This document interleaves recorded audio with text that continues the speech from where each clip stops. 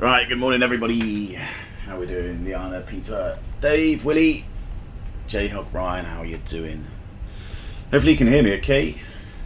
Let me know if you can't. Yeah, sorry I haven't really been on stream at all the last few weeks. Been pretty busy at work, been in the sim, doing various other things as well. So unfortunately just real life has got in the way with a few things. So haven't really had much time to do much, so I thought I'd finally get on today since I've got the time. Oh. Dave, Willie, J-Hawk, Ryan, how are you doing? Silence. Hopefully you can hear me okay. That's better, so I can hear myself on the video that I'm sort of watching back almost. Good. So yeah, something a bit different today. So a few things. There's an EasyJet tug that seems to have gone a bit haywire, as have all of these. Not looking too good. My reversers are out. That's quite interesting. So not too sure my reversers are out. Maybe engineering's been playing with them. Not too sure. Hopefully they shall stow once we get going. But yeah, it's a little bit unusual to be seeing the reversers out. Anyway, let's just get all this set up and we can start having a chat about things. Usually that's on captain list is for us. Those can come off. Everything else is done. Let's set the rest of the aircraft up in a minute. So yeah, Innsbruck, so something a little bit different today. I've wanted to do it recurrently. Yeah, it is Willie, sadly. Yeah, just that time of year. Sweatbox. It's fine. I mean, most of it's all training nowadays, isn't it? It's not particularly arduous. It's you know, it's got to be done. It's one of these things which obviously we can't really get away with. You know, get away with not doing it. So yeah, we've just got to go in and do these things. But it is what it is. Right, what's the QNH? Let's see if we can have a guess what the QNH is going to be. I'm not seeing the weather. It's going to be somewhere around that, isn't it? 1007 more or less. So that's looking like a good altimeter setting for Gatwick. 1007. Right, so Innsbruck, let's have a quick look at the flight plan. The flight plan is relatively straightforward, actually. There's nothing really on here which is going to tell you much information. What will tell you a lot of information will be the brief. So I'm going to see if I can drag that over and we can have a look at that. It's a shame I can't actually have documents, so I can't sort of download a document into the Fenix folder, so I can actually just look at it on here. It'd be so much better. Anyway, so we are an old school aircraft here, British Air Tours, Kestrel, so old school delivery, using the SOPs that I know, of course. So yeah, Air Tours 924 down to Innsbruck from Gatwick. Payload's pretty good. I can't remember how many passengers, a few, but so this is a ski flight, so normally the payload would be pretty high anyway, just because we've obviously got a load of skis, boots and various other things, sledges and everything else that people bomb down a bloody mountain with. So a bit of an underload there a little bit, which is not too bad for the fuel. Oh, zoom in. I can never get used to this. 26 left. It's got 08 for Innsbruck, and to be fair, that's probably pretty accurate actually. A little bit of extra fuel, so maybe 4.5 tons of extra fuel we can get in. Let's have a quick look at the weather as well, because it's going to be quite important. It's not on that page, is it, Donut? So Innsbruck, 120 at 4, varying around a little bit, all the nines, few at 4,000, 5 degrees, 1005. And that's all looking pretty good. Becoming sort of in the afternoon, midday, 090. So yeah, so 08 is probably quite likely, and then 27 later. Now, this is Vatsim, isn't it? So which airline you fly for? I'm in British Air Tours today, Leonardo. That's all I'm going to say. Yeah, Innsbruck and Vatsim. I haven't done Innsbruck on Vatsim for a very specific reason, and the specific reason is because people on Vatsim generally don't have a fucking clue what they're doing. So I try to avoid it because it's just a headache, basically. Now, you know, I say that with the greatest respect. People don't know what they're doing. The people don't know what they're doing because they're not real airline. That's why they don't know what they're doing. You know, they know how to operate the aircraft. That's fine. You know, there's nothing wrong with doing all this bit. But people don't really know how to operate into Innsbruck because they never do it in real life. They don't know what the real life procedures are, and it's probably quite likely that the procedures that they can find online may be a little bit different to what real life procedures are, and of course each airline that flies into Innsbruck may operate a slightly different procedure with different minimums as well. So it is no surprise that people on Vatsim really don't have a clue what they're doing, because you know, even in the real life people know what they're doing, but the procedures differ ever so slightly between who you fly for. So it makes going into Innsbruck on Vatsim a little bit hard work. So I've tried to do this, so it's midday, so hopefully it won't be too busy. And if it gets too busy and people are getting in the way, I'll just disconnect. Because really the importance of this is trying to sort of teach, educate really, just to sort of get a general idea of kind of what is the sort of expectation, I suppose, in terms of when we're going into places like this. And obviously the first thing we need to do is look at the weather. So, we've already established that basically 08 is probably in use. Circle to the land, Leonardo. I mean, yeah, circle to land is a possibility. So let's see if we can have a quick look at this. So, in fact, let me just see, because it's not going to take me long to do all this bit. I'll just get that in. Really, the important bit here, I think, is talking about what we're doing and the thought process behind a few things, versus actually flying the aircraft. Flying the aircraft's going to be easy. So this bit's going to be the straightforward bit of doing all of this. It's the interesting bit is going to be looking at what we're supposed to do. So let's have a quick look, see if I can move this up, and I can go that. There we go. So we can see we've got an Innsbruck brief, which is, I've written this, it's basically very similar to the real world brief that we use in our airline. Like I said, airlines are going to sort of vary this ever so slightly, so it's not always going to be exactly like this, depends on what airline you work for. But let's have a quick look and go through the pertinent points. Now, the only caveat to this, I shall say, is I wrote this at the end of 2022, so it's almost well over a year old. And at the very end of it, I got appendix for maximum landing weights, because you got regulated takeoff weights, regulated landing weights as well. But these are all based on the fly-by-wire, so these aren't relevant for the Fenix. So if you do look at this, just disregard this. It's not really that important for the Fenix. I need to update this with Fenix sort of figures effectively. So just disregard that bit for the minute, and we can work the Fenix anyway, because we've got a sort of performance, I suppose, on the FB. So there's a few notes here. It's a Category C airport, so we have to be specifically trained for this. So both captains and first officers actually have to be trained. It's one of the only airports that I know of that the first officers have to be trained to go into it, as well as the captain. Most Cat C airfields, Madeira, Madeira, Jib, Mykonos, is that Cat C? I think that is. No, I don't think it is actually. Can't remember. But most of the Cat C airports, it's only the captains that are trained. But in this, the actual first officer has to be trained as well. So yeah, it's a pretty interesting place. So this is really just my suggestion. Knowing inexperienced pilots, I would suggest probably a minimum of 500 hours of flying the aircraft before you attempt this, because you need to be pretty conversant with everything that you're doing. Captains only approach landing and takeoff. There's no dispatch permitted if MEO items affect the autoflight navigation, including PBM or performance. So we haven't got that. The aircraft's fully working, so that's fine. No in-flight failures affecting aircraft handling and landing performance. So if we had like a as they say, you had a hydraulic issue, maybe the blue system, for example, maybe the blue system doesn't work anymore, which affects a pair of spoilers. If you had spoilers that didn't work, then you would have to basically divert. Visual approach on 08 at night is only permitted if we've flown this procedure during the day. So that's fine. I have done this during the day, but it's not nighttime anyway, so that doesn't apply.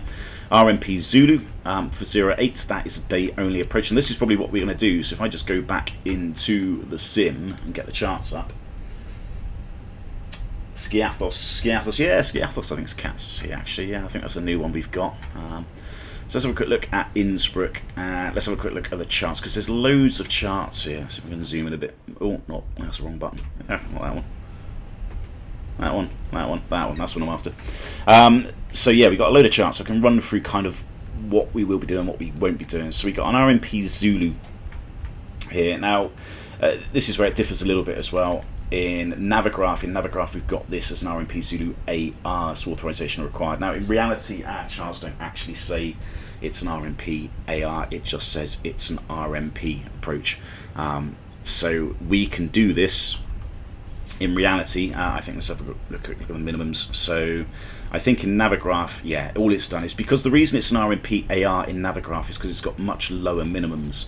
That's why it's an AR approach effectively. And in fact, ours is actually a visual approach from 751. So it sort of goes down. Minimums of 7,000 feet for us, and we sort of basically fly this visually, where this can go all the way down in managed nav.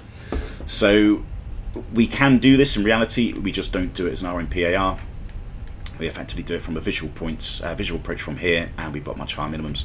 So we can do that. So that's probably likely what we might do today, and I can treat this as effectively visual from here. I could leave the autopilot in.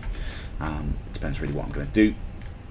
So we can do that day only, that's fine. RMP Echo 26 LPV. Now LPV is localized for precision vertical guidance, not approved. So most airlines generally, we're not, any airline's not really approved to do an LPV approach. So let's get that on. So the LPV, where are we? It's a shame I haven't got I can't draw on this bit really. If I could draw on this bit, it'd be great. Where are we? Yeah, so RMP Zulu, yes, we can do that. RMP Echo LPV, so we can't do this. So just kind of disregard that one completely. We don't do it at all. So we've got a few others. So I'm just going to run through these in order of list of kind of just to make it easier. So Lock DME East. This is sort of the old school approach that we used to do. Basically using the sort of beacons and approaches and everything else. It's a bit like a glide slope. Those sort of glide slope antenna. So there is glide slope information.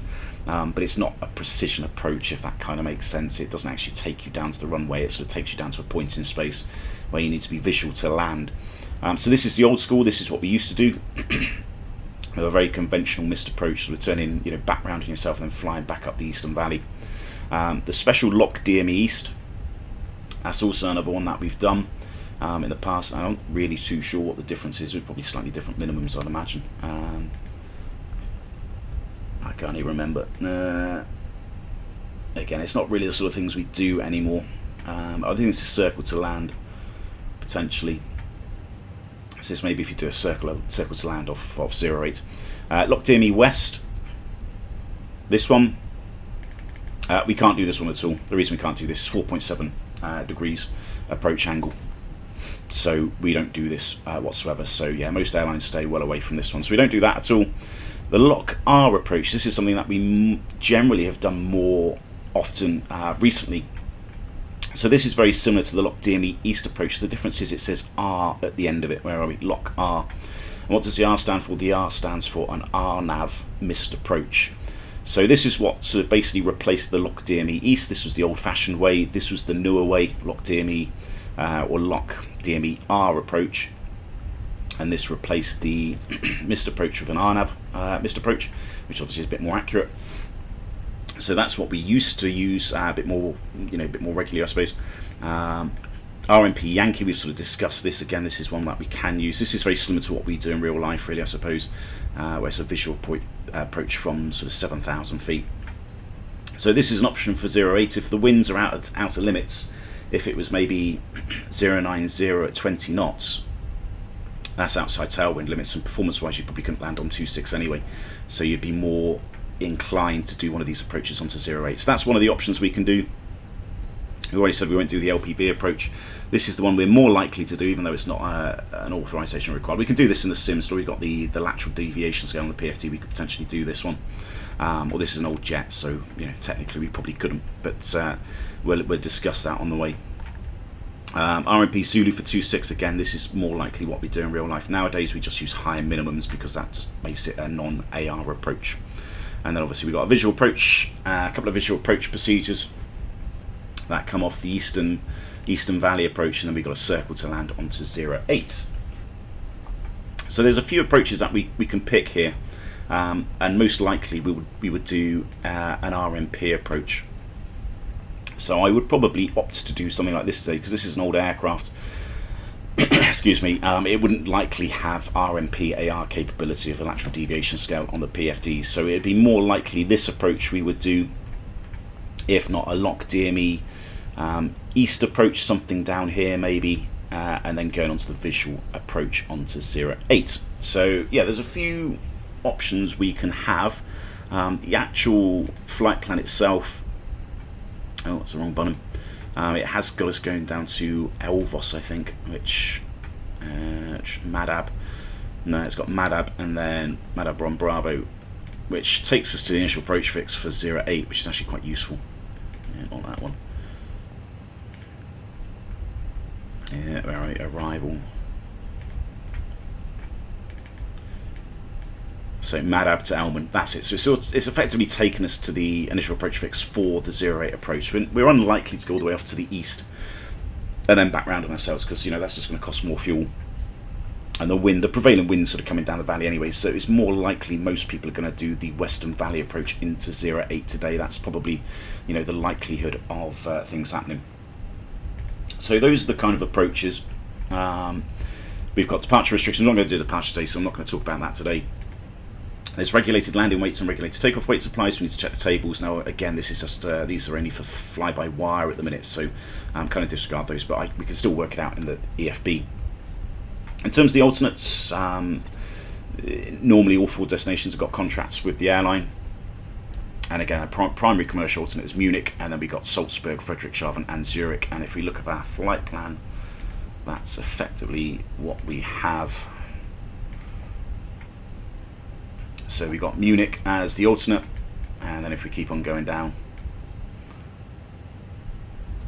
you can also see we've got fuel figures for Friedrichshafen, Salzburg and Zurich. So an extra 70 kilograms for Salzburg. So there's always a good chance we might add a little bit of extra fuel just for those places. Alright, coming back to this, we've discussed it. Was it Zurich? Yeah, there are night restrictions at Zurich, there's curfews. And similarly for Friedrichshafen as well, so airport opening hours between Monday and Friday, between 5 in the morning and 9 o'clock. Well, that's fine, that's the sort of time we're coming in, so that's not going to be a problem. Take voltage, I'm going to try and worry too much about. Threat and error management, control flight into terrain. Obviously, there's a lot of MSA around, it's in a valley. So it does say, excuse me, so I've got a really sore throat today, I'm not feeling particularly good, but adhere to charted maximum speed and specific bank angles. In the event of a go-around, manage configuration carefully to ensure charted maximum speed is not exceeded. Flight crews must be prepared to look for the flight director to achieve minimum bank angles. So normally there's a bank angle requirement of 25 degrees in the valley. So if the flight director is only commanding maybe 20 degrees angle of a bank, then we would disconnect the autopilot and basically fly the bank angle manually. So EGPWS alerts can be expected when we're manoeuvring close to the terrain, but as long as we're VMC and inside of the terrain, we can effectively sort of disregard them. They're not nuisance specifically. Hey Sean, how you doing?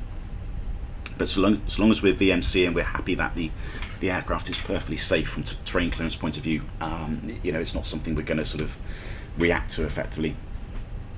So wind shear and turbulence can be expected, especially during foam conditions on approach to runway 26. That's probably not applicable today. Runway excursions, we've got a short runway, relatively higher airport elevation, so we need to check the regulated landing distances as well, landing weights, so that won't be the end of the document. We can do this in the EFB. It's not contaminated today, it seems to be dry, so that should help us. So on a dry runway in Innsbruck, you can pretty much guarantee you're going to be landing at max landing weight.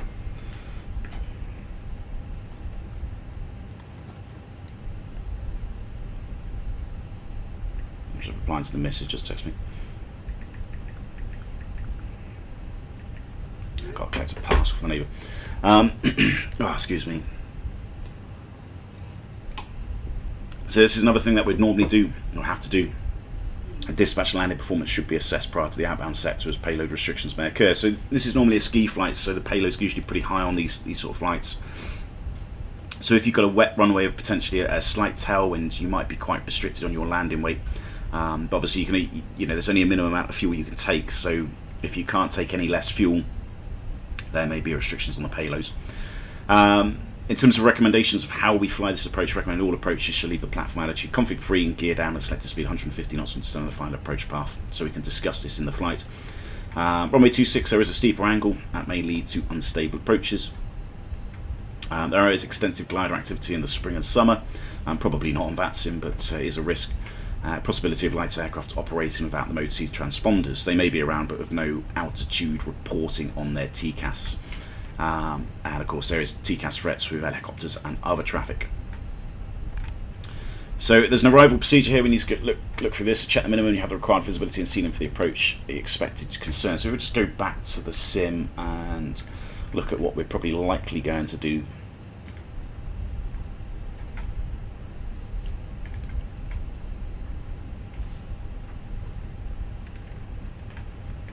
So I think it's most likely going to do this RMP Yankee approach. as it's visual from the Whiskey India 06. So we need 5,000 meters, and minimum is going to be 7,100 feet.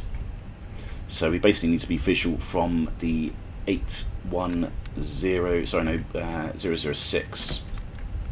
So where's that? Oh no, sorry, Whiskey 814.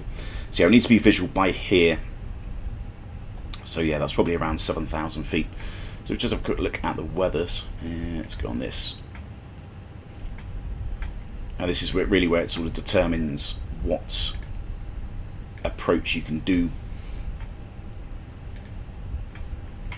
So we got good visibility, so that's fine. So few at 4,000 feet, so we can disregard that because it's only few, but scattered at 12,000 feet. So again, that's well above probably points in space where we're going to be visual. So you know that approach shouldn't be a problem at all. We should be able to make that. So we've established we can make the approach off the one we're going to do. All approaches are considered. Circling approach is stability criteria, so you know, everything needs to be disabled by 400 feet. Prepare the cabin early. So just to avoid any distractions, might do this about 20,000 feet. Approaches may be considered, may be conducted procedural via radar vectors. Now Vatsim's not online, so it's probably going to be procedural more than anything. Full use of the automation is recommended to reduce the workload or to allow for maximum situational awareness. I mean, that sort of goes with anything really, but yeah, we will certainly pay attention to that. Innsbruck radar probably won't be online. Arrival is usually by Mabed for runway 08. That's probably what we're going to do. And then we can always hold at Elman potentially if there's any busyness on the ground. So we need the APU on as well in the descent. This improves the go-around performance. So then the APU bleed is powering the packs. So you know, we want this on by about 15,000 feet. And then to do this, we just turn a pack off first and then sort of configure the air conditioning. All missed approaches terminate at Rattenberg. So it's going to be quite a long go-around potential. Certainly another arrival back in if we need to do that. Make full use of the secondary flight plan when available, so we've got that in the Fenix, we can do that. Runway 26 is equipped with high-intensity approach light system with the additional sequence flashing leading lights referred to as rabbits. Now, in reality, yes, they do, but the Orbx scenery doesn't have that, unfortunately, so yeah, it is missing the rabbits in the Orbx scenery, which I think is a bit of a shame, actually. I'm surprised they couldn't do that, because this is really actually useful. When the visibility is quite low, having the rabbits, they are pretty useful. As I said, it extends nearly 5 kilometers from the runway. So they really, really do help, you know, when you landed on 26 in, you know, lower vis. So runway 26, not too worried about that. So runway 08 doesn't have approach lights, so it's day, you know, you have VMC, so we shouldn't be having too much problems. And both BAPIs are angled to 3.5 degrees. Temperature deviations from ISO, so often if it's cold weather, we have to correct the platform altitudes and the decision altitudes as well. If it's you know, below minus 10 degrees or minus 10 below, it's warm today. It's not that cold. It's not too much. Not too worried about it. RMP charts are subject to temperature restrictions, which we should be fine, I think. I keep pressing the wrong bloody button. That one. So if we just have a quick look, or if we pick anyone, it doesn't really matter. But RMP Yankee, there's usually a minimum temperature somewhere. You just got to find the bloody thing.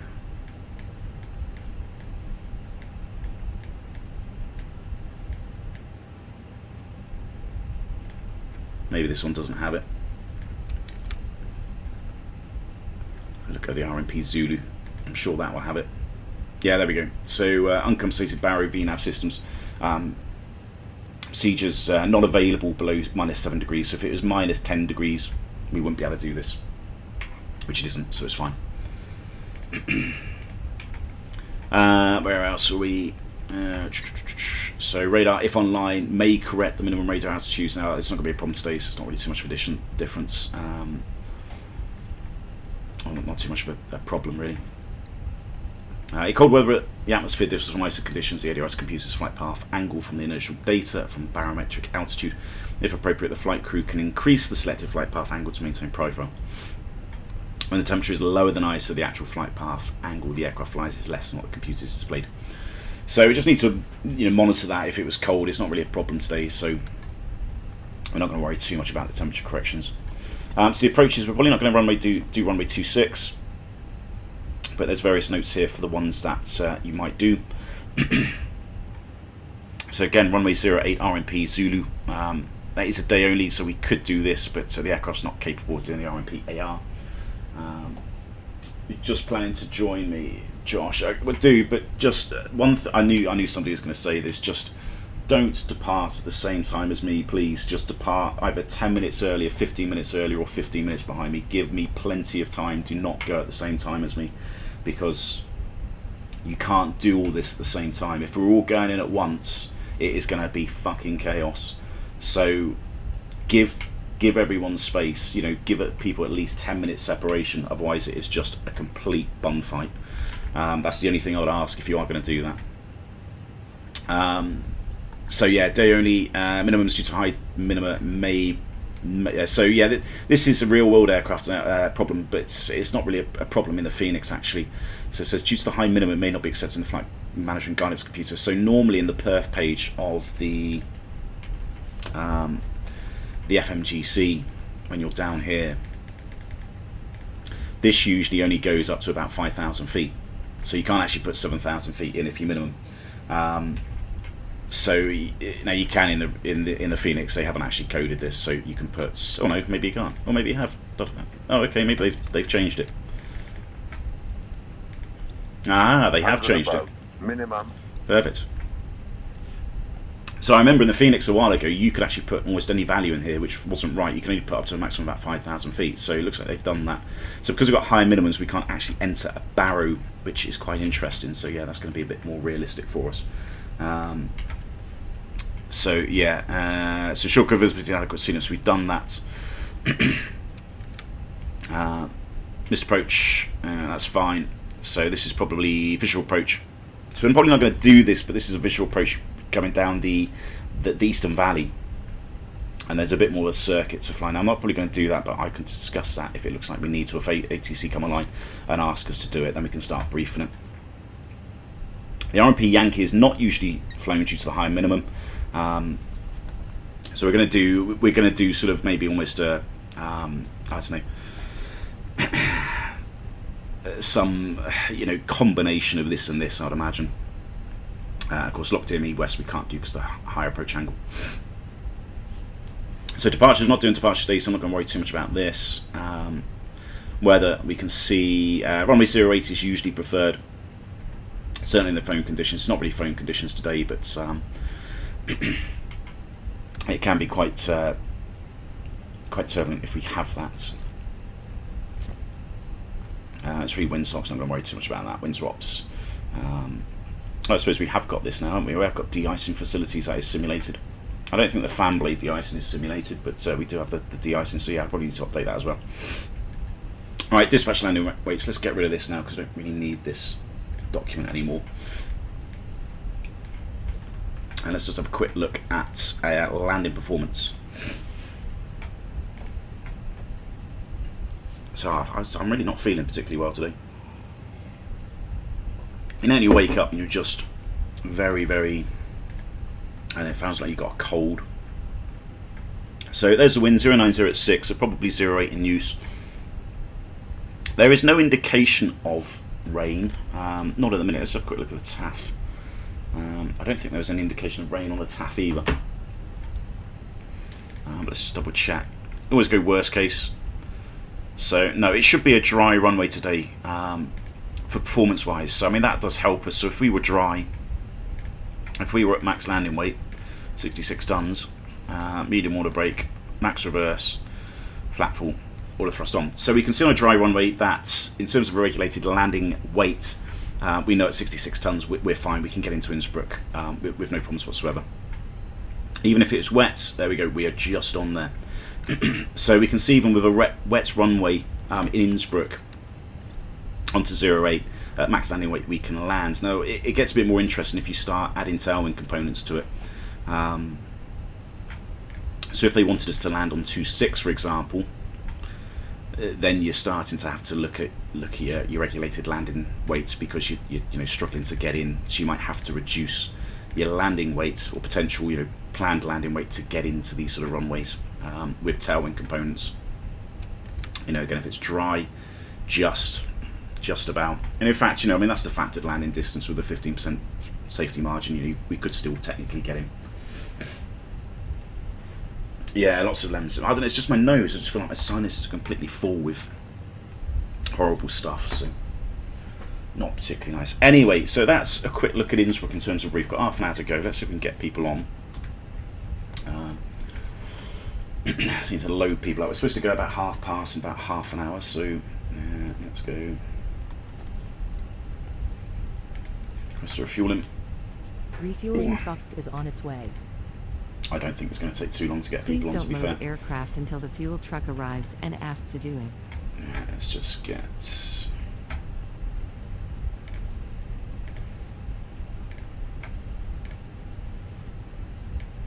my flight plan up. Alright, so, excuse me. So who are we? We are IHH Air Tours International Holidays, 924. Cost index of 32, so yeah, no wonder they don't exist anymore. They're burning fuel like no man's business. 350 is the cruise. I don't know what the temperature is, minus 65-ish, something like that, usual. Minus 58, well, a little bit warmer. Temperature on the ground, what is it?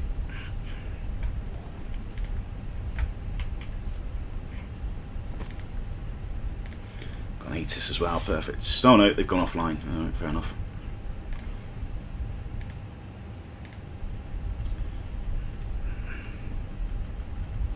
(2408). Fuel truck is in position. 8 degrees, 1006. Yeah, I wasn't far off. Load aircraft until the fuel truck arrives and ask to do it. Right, in terms of the fuel, so we want.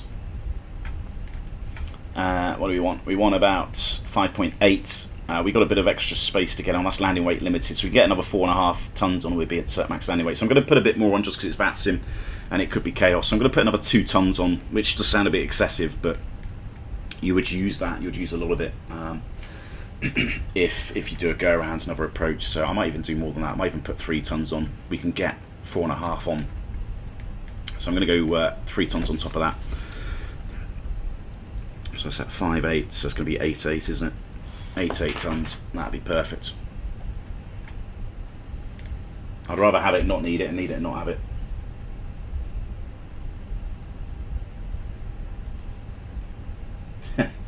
Yeah, it's disgusting. We've got better performance on the 7.3. Yeah, fair enough. How to fix fly-by-wire 3. Oh, I'm not too sure. Expo Gaming. Ready? You still using it? I am. Yes. No. I used it. I don't like the new one. The freeware Gatwick. Everything's odd. I think I've said this before. All the colours are really overly saturated. Everything, it looks like a bloody Lego set. I don't like it at all.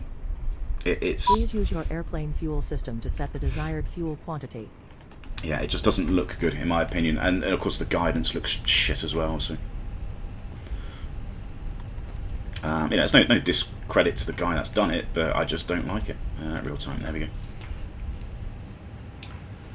3 tons about that extra. It's so just think about your final reserve. So final reserve is a ton, and that's half an hour. So it's a good 90 minutes extra, Liana. I need to load as well. Boarding requested.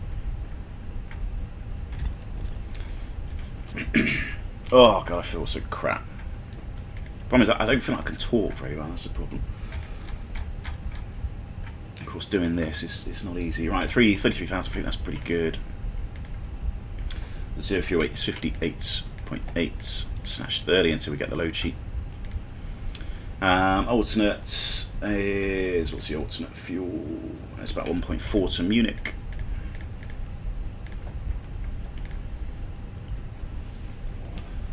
So expecting about 3 tons something. Do you want a board crew? No.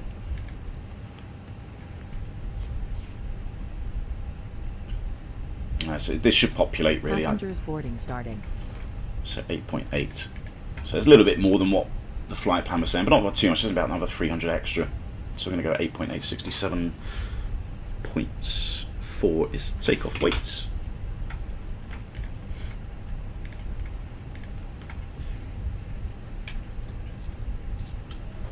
How about cruise? About 2 tons an hour. Surely it's a tad more than doing. Yeah, it is. Yeah. Yeah, it depends. Yeah, it depends how you're applying it, really. I mean, don't forget, final reserve is calculated as 1,500 feet above the aerodrome. You know, that thinks it's about a ton for half an hour. So, you know, if you're just cruising around at 1,500 feet above the ground, you know, you only burn about a ton for every half hour. So, yeah, you know, it's about, like you say, a good hour's worth. So that's done. Yeah, 3.4 an hour and 12 minutes. That's pretty much what the flight plan says. Let's get you in 26 left. Info on Mike. Can't remember the stop altitude on that. Arrival. Let's put the Yankee in, I think, because we can do that. I'll have Yankee.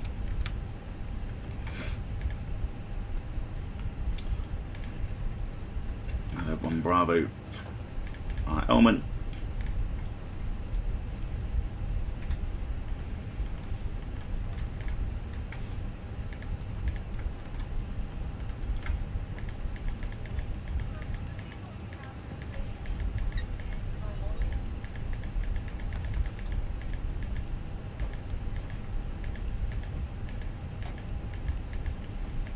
Alright, so there's effectively needs to be visual at this point, so it's a visual approach after this. Now the RMP Zulu, that would take us in all the way, but we should be visual at this point, so we can do that. There's Mr. Approach up to Rallenberg. Perfect.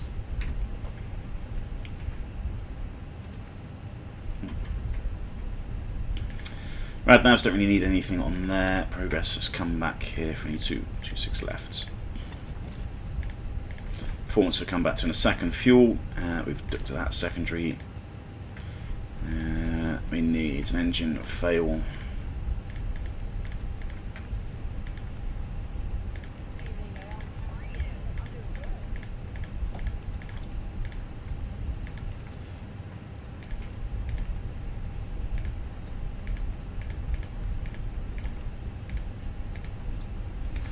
Back in Gatwick.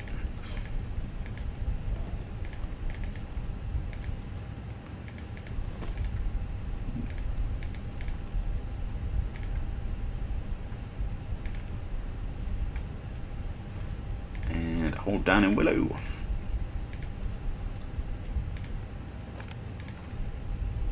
Yeah, 285, I think it is, left turns. Alright, that's in, that's in. 006. What did I say? 8 degrees. It's a bit warmer than what it was a few days ago. 248. 400. Done. Perfect.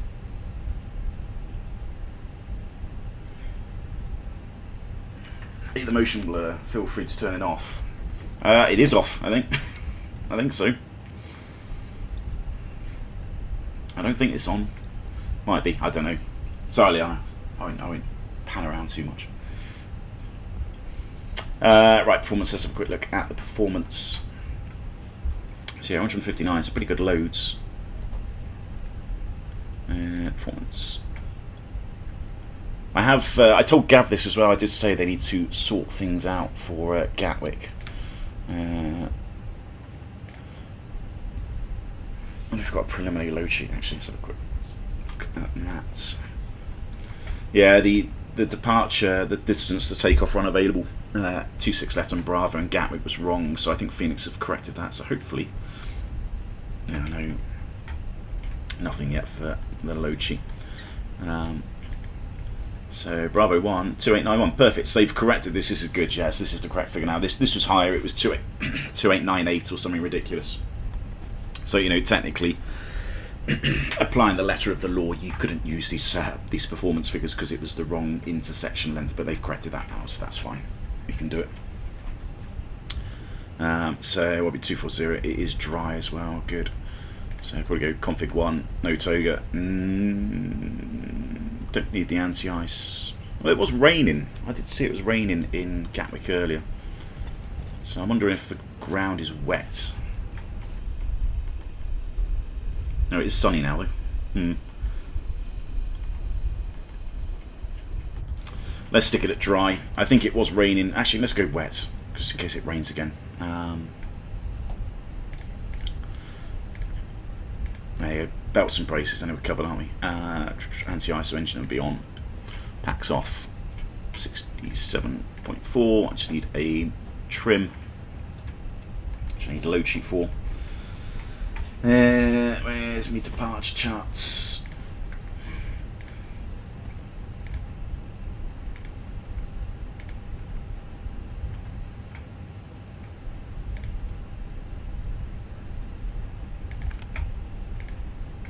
So 4,000 is a stop altitude. Speed constraint is 220 knots. What are we? So yeah, there we go. 219 is green dots, so we can do that in clean. Why is my acceleration altitude wrong?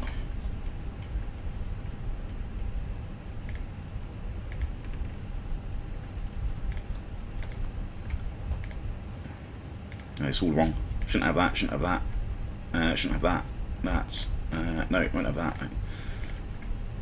Should have saved these.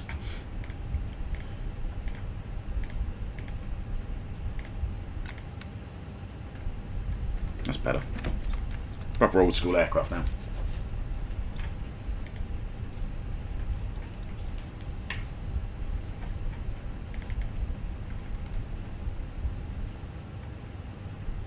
Yeah, let's get the AP on.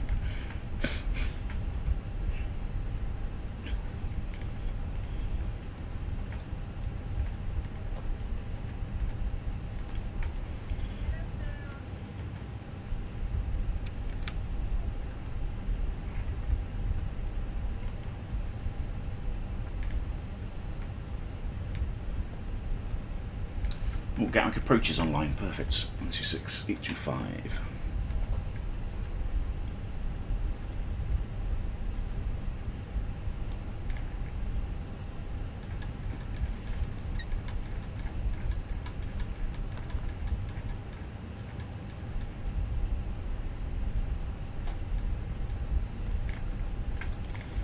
That's on, that's on. Have I got failure set up? Random. Yeah, that's all done. Perfect.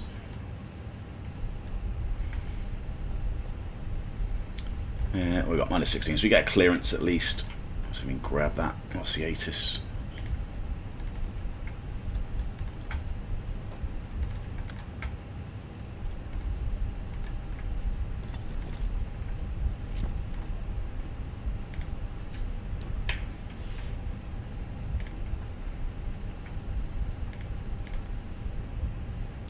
Yeah. It says that ATIS is offline. I'll refresh it. Oh, there we go. 26 left transition, altitude 240. Good. So what is that? Echo.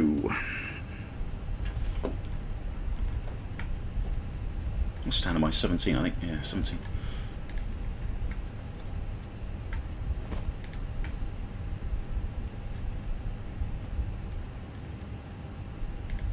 Alpha radar control service, we have the field in sight.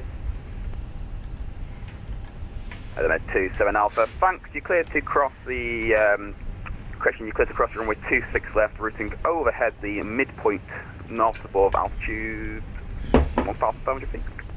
Cleared to cross at the midpoint not above 1,500. Element 27 Alpha.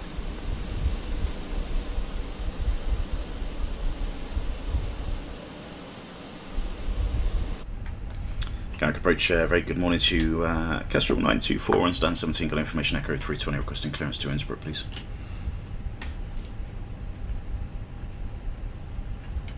Incheon 924, Gatwick Director, hello, cleared Innsbruck, finding info 1 Mike departure, squawk 4610. Thanks very much, clear info 1 Mike, squawk 4610, Kestrel 924. 924, correct.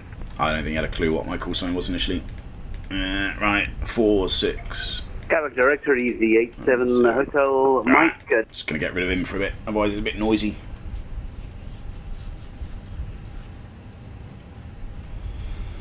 So, literally just waiting for a load sheet. Oh, there we go, there's preliminary load sheets.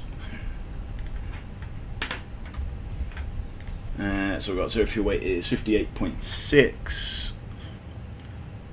It's only 58.8, that's what we got. The max 0 fuel weight is 31.4. 8.8, 67. So yeah, takeoff fuel's going to be a lot higher than that. It's going to be another 3 tons higher. So takeoff weight trim is probably going to be about 29%-ish. Maybe a bit more forward than that. Accept that. Alright, we do the performance. This sound, yeah, it did. It's in the remarks section of my flight plan. You know, it shouldn't be hard. I did write it. 29. That would do. So we got engine anti-ice on. Good. Let's go Bravo 1.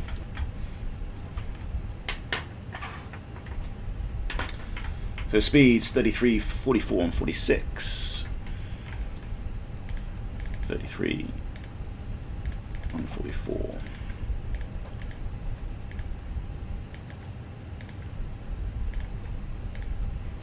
There's a flex, 53 degrees, perfect. So don't anticipate going from Bravo. I'm not going to tell him that we can go from Bravo. It's just that if he was to send us to Bravo, we know we can take those that intersection because the speeds are basically all valid. Right. Anyway, that's on. We've gone back to pre-COVID rules for the APU as well now, so we don't need the APU on all the time with passengers.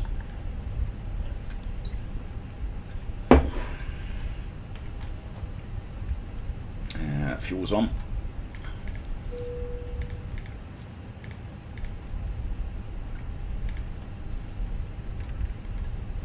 Alright, let's have a very quick brief then. I suppose the weather's fine out of Gatwick, aircraft's all good, no defects with it, no TAMs. Didn't actually look at that, to be fair. No, I keep pressing the wrong bloody button, that one. Let's have a quick look at the no TAMs. Gatwick, closure on Juliet, that's not going to affect us. 136 is closed.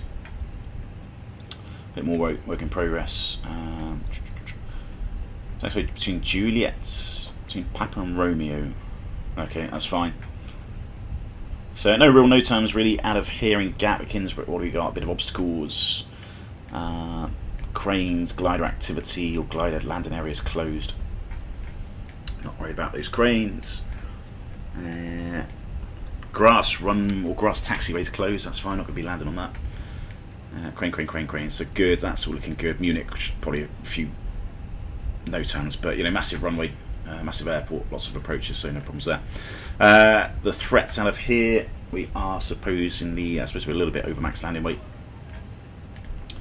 What are we? 67. So yeah, about a ton of over max landing weight. So an immediate return, maybe an overweight landing checklist if we needed to do that. Otherwise, we just burn the fuel off in the hold somewhere. MSA is about 4,000. That's nice and safe. Busy airspace as well. So use vertical speed in the climb. Although I think ATC is online, so that probably help us a little bit. Nothing really to add. 2-engine taxi, that'll make things easy. Save me faffing around. It's a relatively short taxi anyway.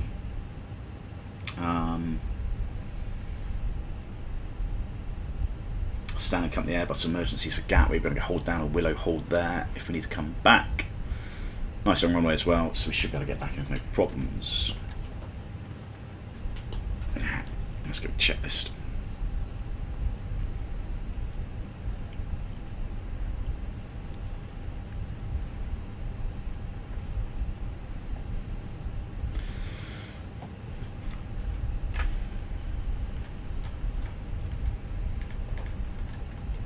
Engine oil quantity is good, hydraulics are good, oxygen's good, so the aircraft acceptance has been completed. Fuel quantity we have just under 8.8 and it's balanced. Seat belts are on, ADRS's, got 3 in nav, and the RF QNH is 1006. Cockpit preparation checklist is complete.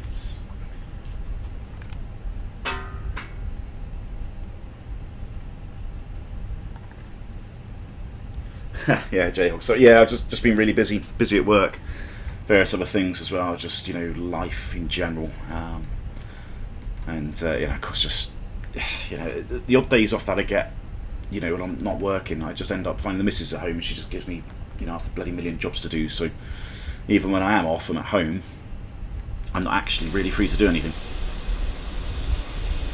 Alright, most of the bags are finally coming on.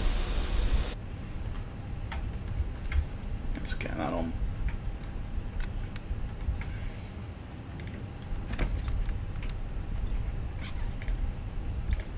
So this is... we can get rid of you.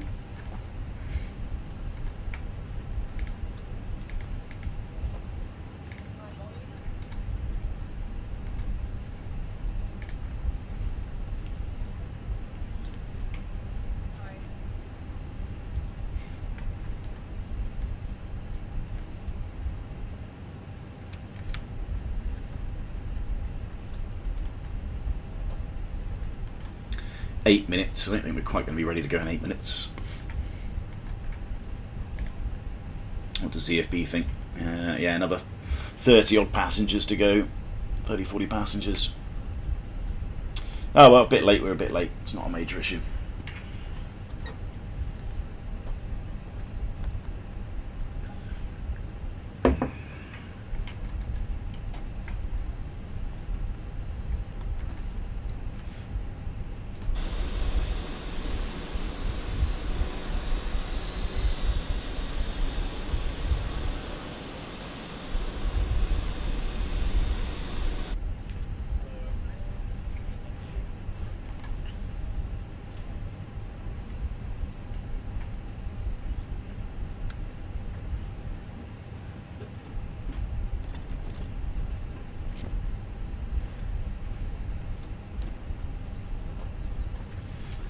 My missus with Gav's mum down your way at St Thomas Hospital.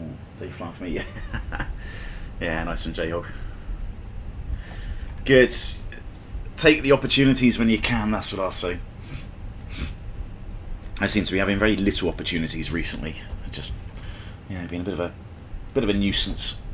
But you know, there we go. That's life, isn't it? Life does get in the way. If I was doing this as a real job, it would be different. But sadly, you know, I've got to work for a living.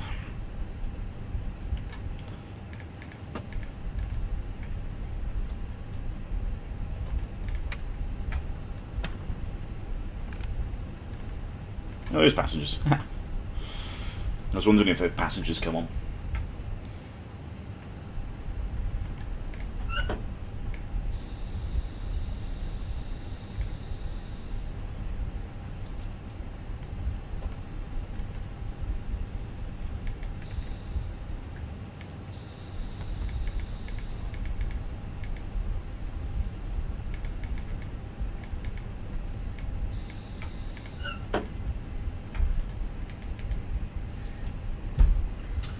When you're pushing back, so I'm ready, don't want to push at the same time. It's going to be another 10 minutes, Josh, I think, for me. So if you're ready, you just go.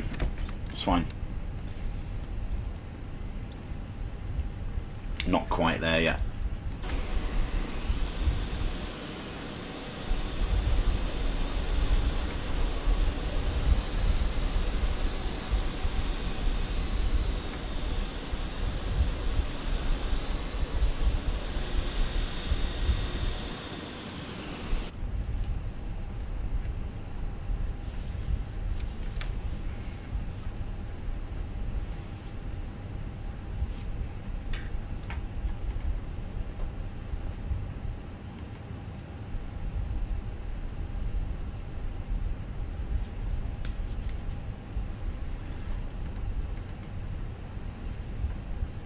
Two crash decks, so I was heading out of Shannon from Manchester. Oh, that's annoying. Have you got the scenery? Have you got the Shannon scenery, J-Hog? Because there is scenery available, isn't there? Not that I've got it. We've got Gatwick Ground now as well. 128. Perfect.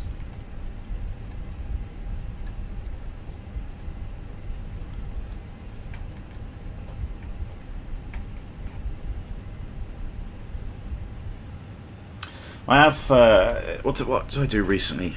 Didn't reinstall the sim, but something... Oh, it was the update, wasn't it? Of course, they had the world updates, etc. and I don't know what happens, but it always adjusts it always puts your settings back to like 0, doesn't it? So all your rolling cache disappears, and all your sort of graphics settings sort of go on low. So I've had to readjust them, and I don't know what I've done, but I've obviously adjusted it. And like the screens now, everything seems to be a lot crisper. It's not quite so blurry on the screens. Like you can see the text, you know, when you're more zoomed out. So yeah, I don't know what I've done. I've adjusted a setting to something, but it's actually looking a lot nicer in the sim. You know, all the text, all the details are a bit crisper. I mean, I'm sure it's having a bit of an effect on performance, but it does look a lot better.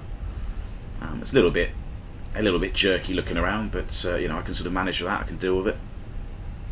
But yeah, it makes the sim just look a little bit nicer.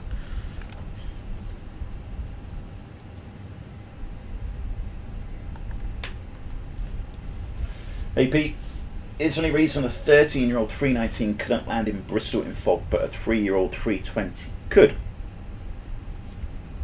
Is there any reason a 13-year-old? From a technical point of view, no. No, there shouldn't be any reason. There are slightly different crosswind limits. I'd need to look that up. I need to see if the crosswind limits on the 320 are a little bit more accommodating than they are on the 319. I don't think they are, actually. I think the 319 is usually a pretty good thing. They're pretty. Let me just have a quick look. Actually, I want to assume that it wasn't an auto land, but just have a double check because I can see this ops data. So auto land limits on a 319. Crosswind's 20 knots.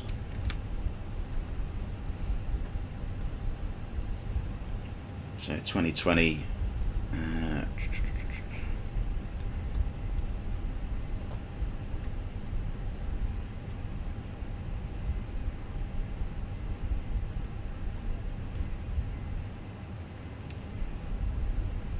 So there's a better headwind component on a 320. On a 320 with sharklets, on the CEO there's only a 15 knot crosswind limit compared to a 20 on the 319. And then a 320 Neo has got a 30 knot headwind component and a 20 knot crosswind. So I don't know, maybe the headwind component was out of limits for the 319, or a crosswind component might have been. I imagine that's the same as it's 20. Yeah. Was it an auto land? You know, I don't know.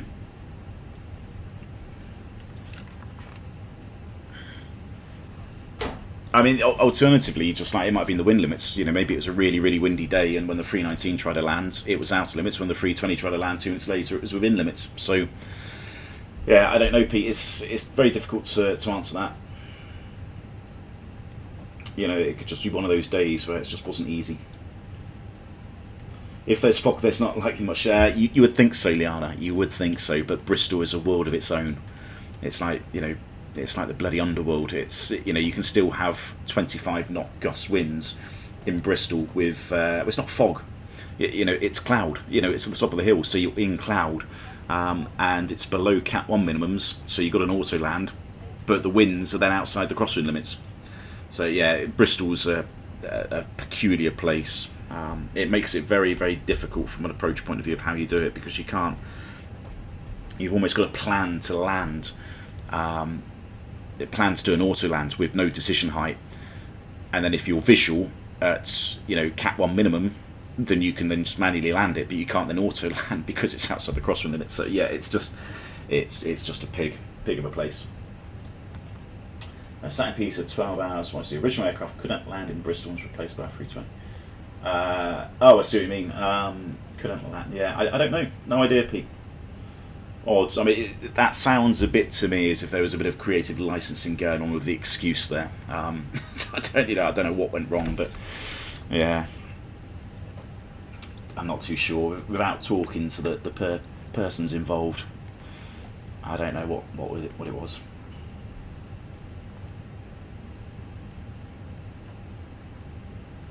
There's no point in having a rolling cache. It's delete on start of image. Is it? Oh, okay, John. I mean, I was told to have it, but you know, I don't know. You know, as you probably know me, I'm a bit of a noob when it comes to technical things and PCs, I just sort of do as I'm told, really. Right, how long we got? A couple of minutes gone. Not too far to go on the loading. And there you go. Look, boarding's completed on that. Now, we get the jetty back on. We got floating passengers again.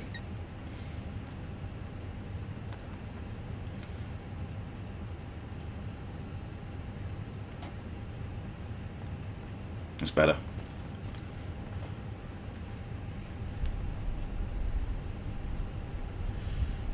Yeah, no worries. I mean, it's, you know, I didn't operate that, so I've got no idea. It's just one of those things where obviously something had happened. I don't know what it was. You know, 319 had probably gone tech somewhere or done something, and you know they just had to get another aircraft. So that's usually what it is. They just can't use the original aircraft that was planned to do the schedule.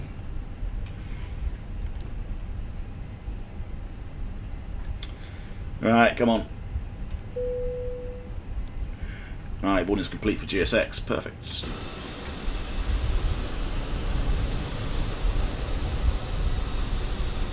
That looks like we're done. Bags are done. Boarding's done. Oh, there's a load sheet as well. Perfect. Alright, any update on this? So 0 fuel weight is 58.9, so that's okay. 67.5, that's what we worked out pretty much.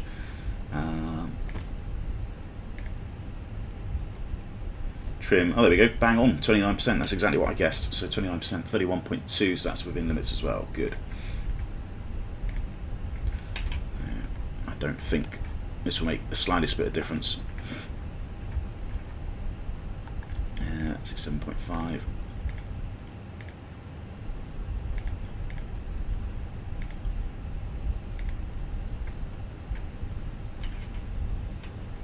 Uh, 33, 46 now. 146. Oh, connection lost.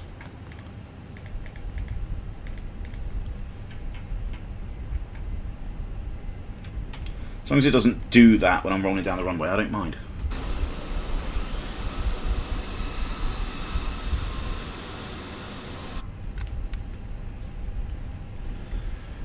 Is that you taxing out, Josh? So I might be a little bit behind you. So we got approach and ground. Perfect.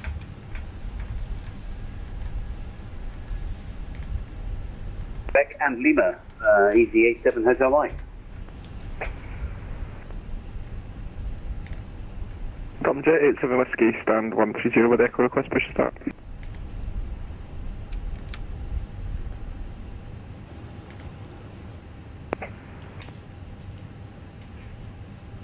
Tom Jet 87 Whiskey, thank you, stand 130, push and start through, thank you.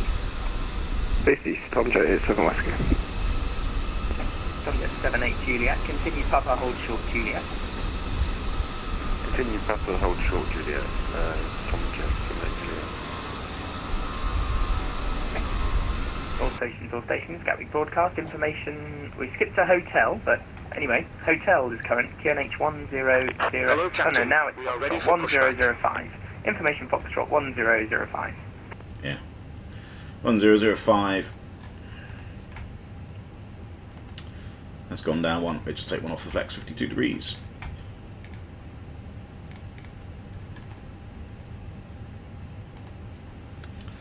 Okay, ground Kestrel 924 stand 17, ready to push the start. Departure check completed. Bypass pin inserted. Last call is there, getting call time. Kestrel 924 stand 17. Kestrel 924, roger. Okay, stand 17, pushing start approved, face east. Thank you, push start approved, face east, Kestrel 924. Right, that's done. That's done. It's in the notes, guys. If you read the bloody remarks, the flight plan. Continue taxi. If it's carried it over anyway. Tom Jet Probably 78, continue on Papa, hold short Alpha November for a Norwegian 737 right to left. Continue Papa, hold. Right, before starts, parking brake is... you say... Yeah, sorry, he said face west. Parking brake's on. Takeoff data is confirmed. Windows are closed. PDs, flight mode, whatever. Doors are closed and armed. And the beacon is on. I've got your voice send and receive. Is that correct? Can you receive voice? Locking gear. Thank you, sir. I'll switch you to voice receiving. And if you just hold short mic at this time. Tomjet 78 Juliet, continue taxi, Papa, Alpha November, hold Alpha Tree. Continue Papa, Alpha November, hold Alpha 3, Tomjet 78 Juliet.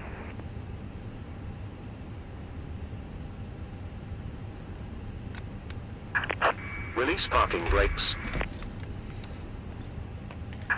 Commencing push. All engines clear. Start at will. Tomjet 78 Juliet, you can contact Gatwick Director 126.825, safe flight. Director 126.825, Tomjet 78 Juliet, thanks for the ground. Hey Josh, and me, probably. What airline are you flying? I'm flying an old British Air Tours. So old school livery. Oh yeah, so what happens to these reverses. Hopefully these will stow as soon as I start the engines. Alright, engine mode selector. That's on start. No, your reverse on not. Yeah, no. I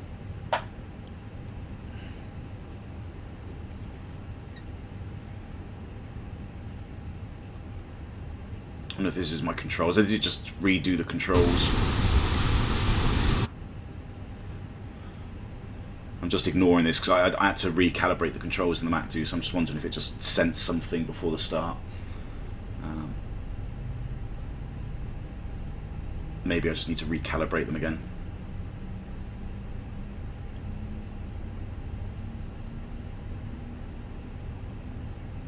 Yeah, I thought he said east, but east would be facing the wrong way, so I disregarded that.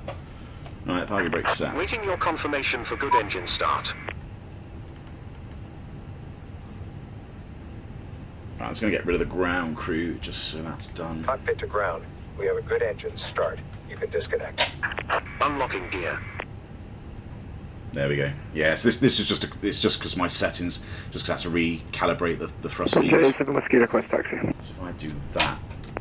Tomjet 87 Whiskey, thank you. First right, Papa, taxi, holding point, Alpha Tree, runway 26 left, Papa and Alpha. Again, I'm just going to disregard this because I think it's just. Taxi Alpha 3, 26 left via Papa and Alpha November. Normally, obviously I wouldn't normally, but there we go.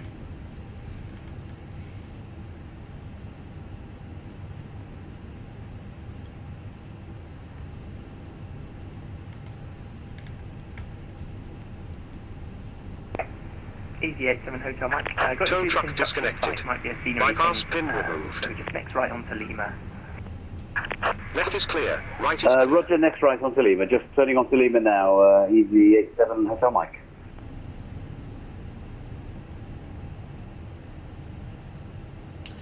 No touristic routes around the airport. No, sadly not, Liana.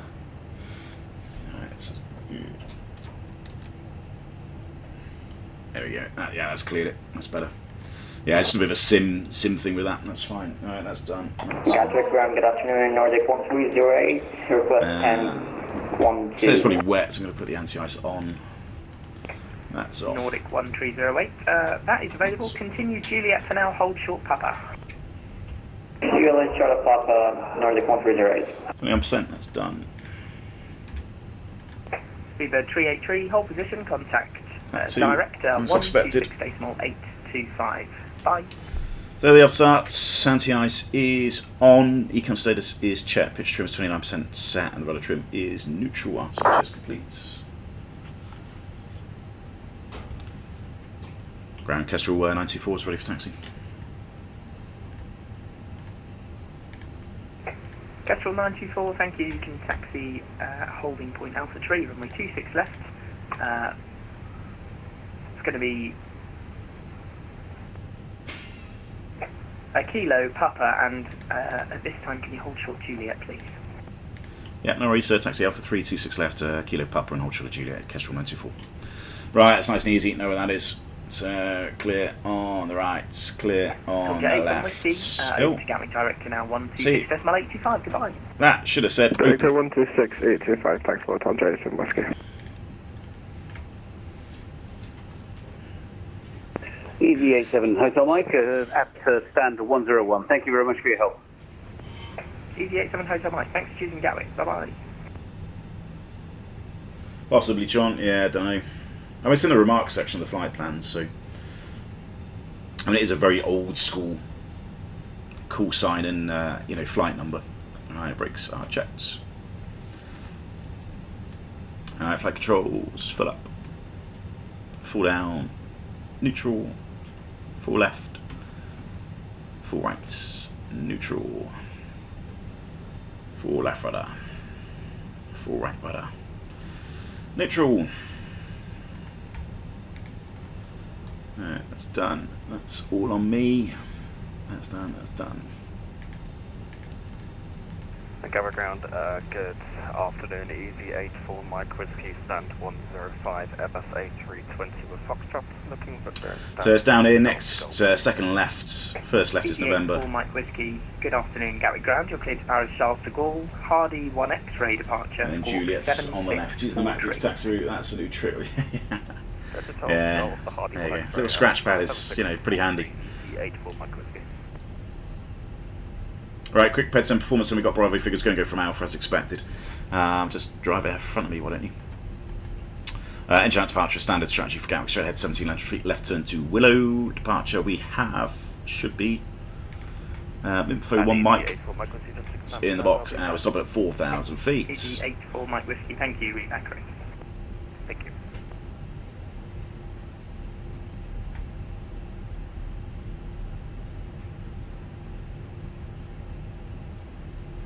Nordic 1308, you can continue Juliet, stand 12. Juliet, stand 12, Nordic 1308. Kestrel 924, give way to the Norwegian 737-800, right to left on Juliet, then continue taxi Alpha Tree, runway 26 left, Papa Alpha November. Also, we give way to the Norwegian 737 on the right, and then continue Alpha 3, Papa Alpha November, Alpha 3s, Kestrel 924. So give way to the Norwegian, he should be coming down here, apparently. Said right to left, yeah.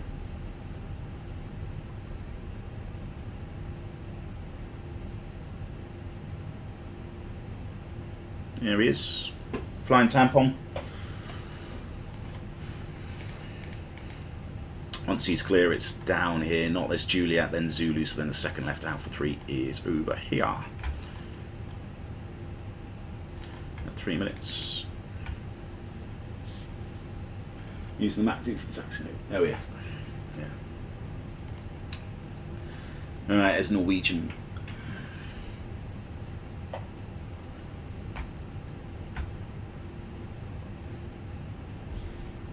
Yo. So I'm knocking my mouse mat, which is then obviously moving the actual mouse.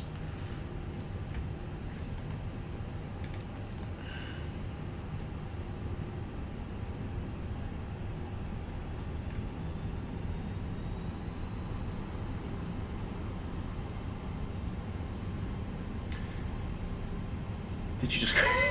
Yeah, yes I did. Yes I did. Yes I did say that. That's what it is. It's a flying tampon. Look at it. Big red nose. Whoever came up with that flight, that paint scheme, I don't know. Obviously never thought about it.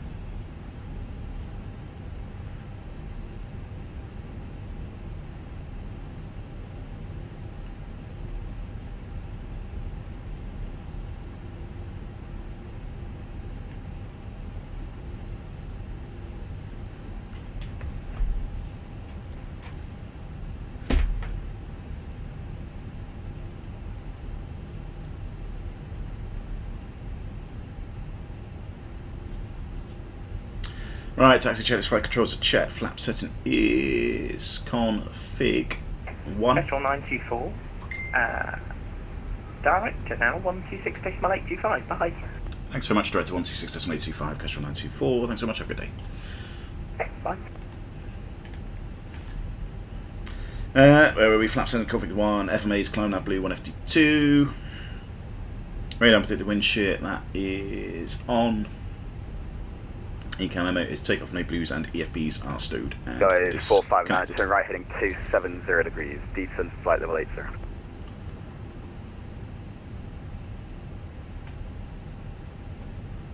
Director low Kestrel 924, Alpha 3, ready for departure.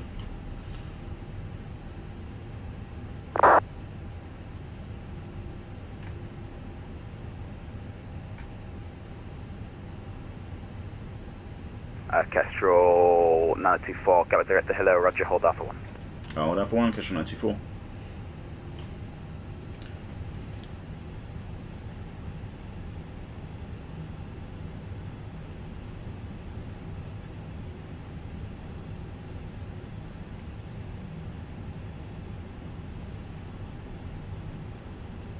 Hey Mark.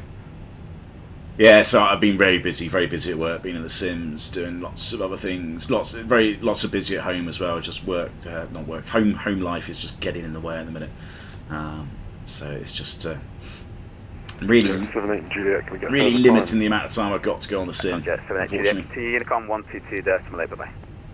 Unicom 122 decimal 8, bye bye. Tom Jet 78 Juliet.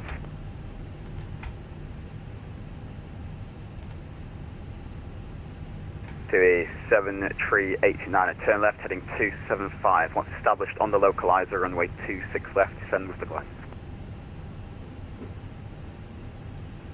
2739, we have now a freeze monitor. Please be patient in this case.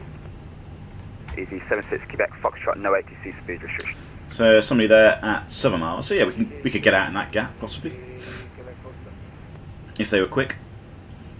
Seabird 383, Which they're not going to be. Report your passing level.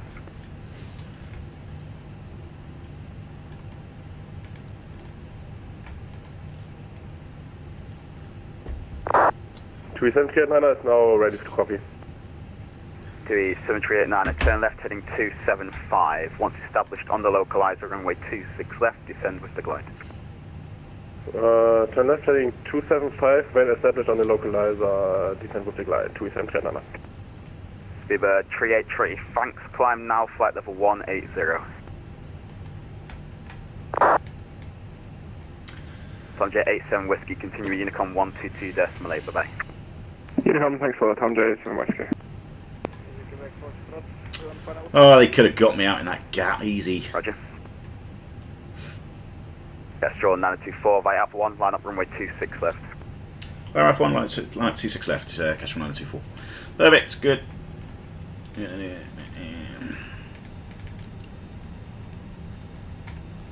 That's done. Go 8459, a tree 5 track miles. So line up checklist cabin is secure for takeoff. Take off runway 26 left, Alpha 1, line up only, and initially somebody on the approach. TCAS, TA, RA, PAX 1 and 2, they are off. Line up checklist done.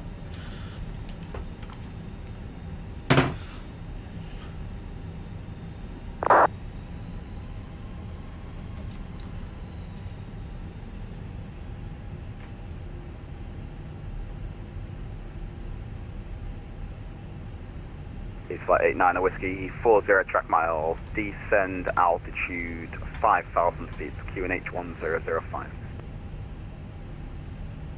Descent to 5,000, QNH 1005 for A9 Whiskey.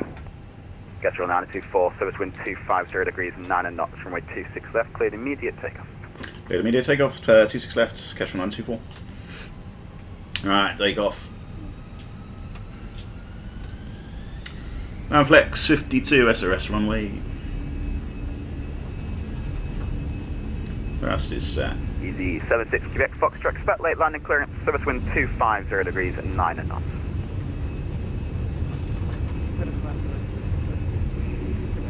$100 knots jets. Go is 259 at turn left, heading 270 degrees. V1.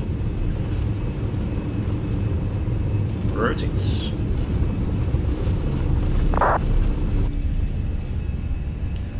Bars decline. Gear up.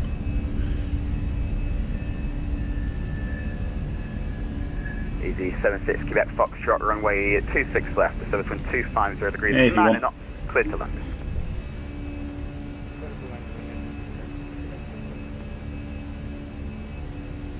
Hey David, how you doing? Just climb.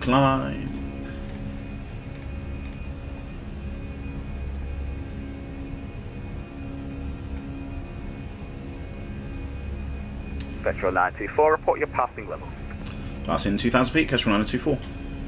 Kestrel 924, thanks, climb now, flight level 180. Climb now, flight level 180, Kestrel 924. Oh, that's nice, we like that.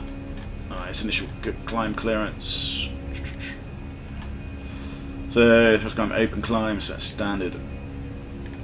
Standard is set across chats. 180 is blue.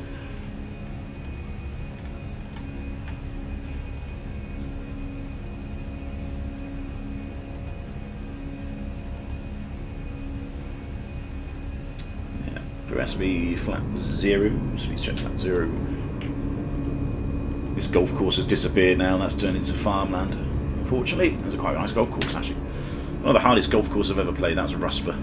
Not easy. It was really long, and the greens were like lightning. So yeah, wasn't an easy place. 7389.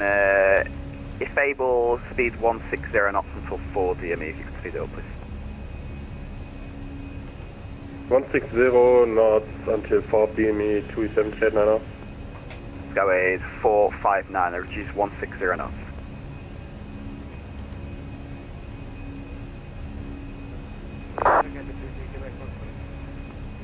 It's flight 89 whiskey, turn left heading 320 degrees. Turn left heading 220 degrees, 89 whiskey.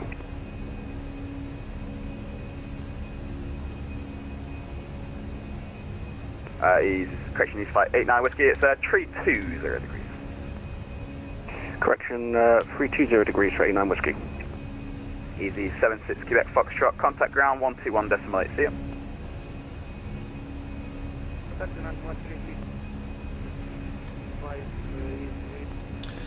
Alright, above the MSA, go back to standard.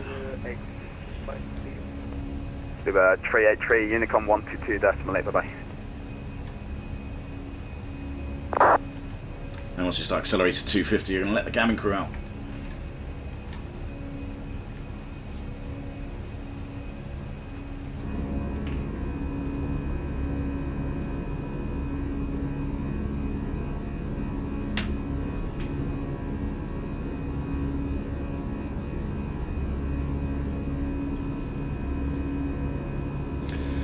Yeah, going back to the freeway Gatwick Airport scenery, I know it's down there, it's available. You know, the guy that's done it has probably done a really good job. I just don't like the textures. It's like I said, it's like a Lego. It's like a Lego set. The colours are far too vibrant. I don't know. I can't get on with it. The docking system that he's sort of got with like the red lines or something. I don't know. It's not realistic at all. I don't think it is. Where the origami scenery, you know, I find the textures that they use, they're a lot more sort of washed out. It's a lot more realistic. It's kind of what it looks like in real life. There's a few things missing. There's a stand missing at the end of Pier 6. You know, there's probably a couple of little discrepancies here and there, but just the whole look of it just looks a lot more natural and realistic, hence why I use the origami scenery. It'd be nice if they could update that with a couple of extra things, but yeah, that's why I prefer this one over the freeware one. You know, and I appreciate the freeware one is really good, and the guy's done a really good job, but for me it just doesn't work. Hence why I don't use it. Right, lights can go off. 2E7389. Each to their own, I suppose. 50 degrees, 9 knots, runway 26 left, clear to land. Airports. Runway 26 left, clear to land, 27389. Sky is 459 and no ATC speed restriction. Alright, right, that's done. That's good. So 35,000 feet, that's the optimum, that's perfect, that's what we want. Done. Secondary, I'll leave that for alone for a minute just in case we need to go back. 89 whiskey, descent altitude 3,000. If we had like an engine fire now, we can't contain, we've still got the approach in for 26 left, hence why, you know, SOP is to clear the secondary at 10,000 feet. But if you get like a serious problem now or medical emergency, you need to get on the ground quickly, someone's having a heart attack. If you clear the secondary now, you've got to re-put it back in to make another approach. But if you just leave it in for a while, you know, until you're well heads down routes, then, you know, if you do get a major failure, all you got to do is just activate it, and then that's it. You're done. You're back in. Hope Origami's just a version 2. Yeah, I hope they do. Do a nice big update, make it look nicer. Yeah.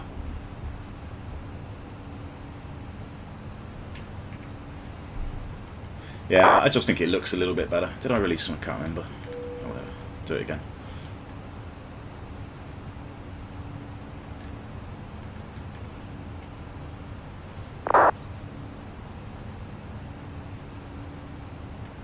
So it doesn't appear to be any traffic around, which is good. So if you get a further climb in a minute.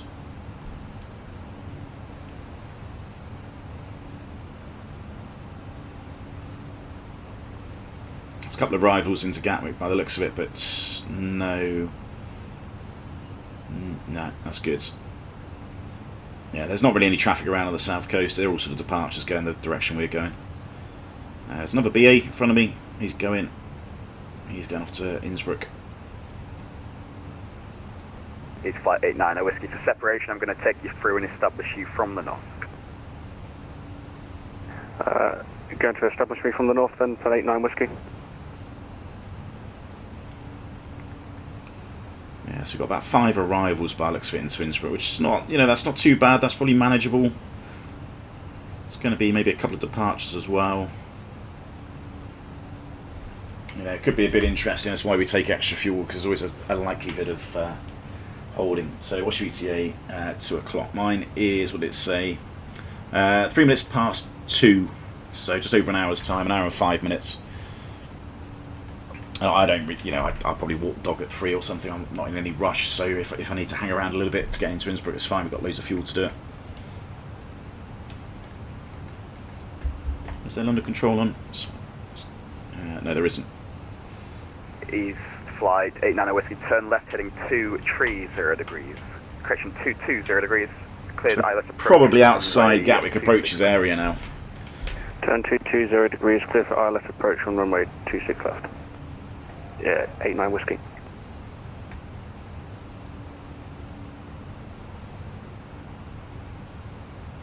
Still a little bit bumpy.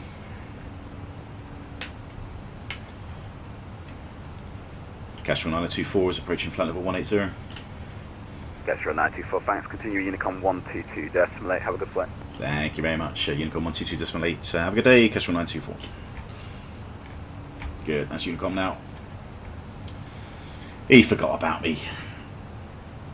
Yeah, you've got people behind you, Josh. I won't worry too much about me. You've got about another 2 people behind you before you get to me, so it's not gonna affect me too much. It's probably gonna affect the immediate people behind you, depending on what they do. But yeah, don't worry. Like I said, I've got loads of fuel. If I need to take up the hold at Elman, it's fine. Oh, let's keep going up. So 35 is the cruise.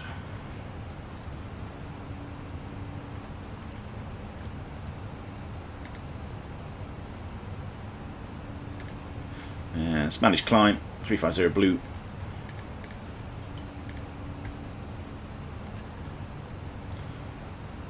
I think smooth enough belts can come off.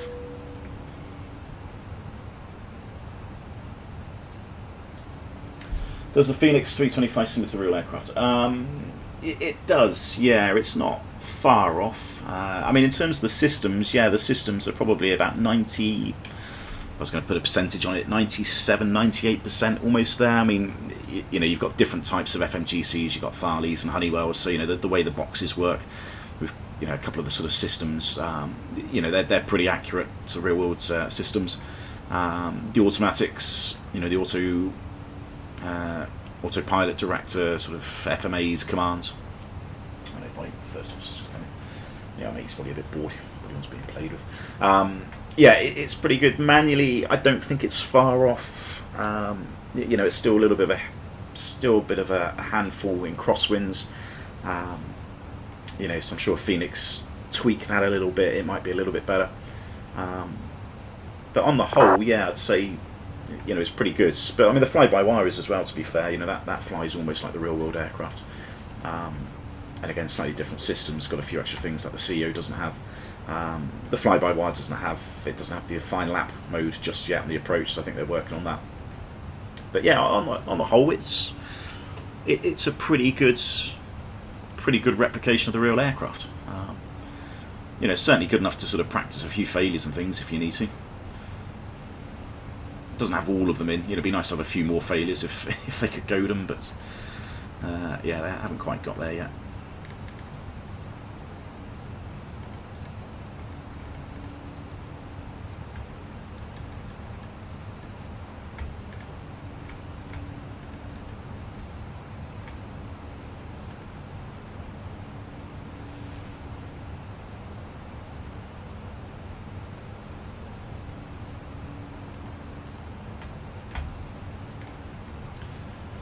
Right, so where's my route?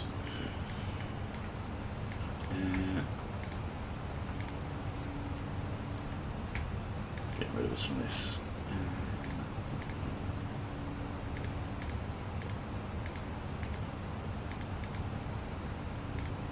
It's better.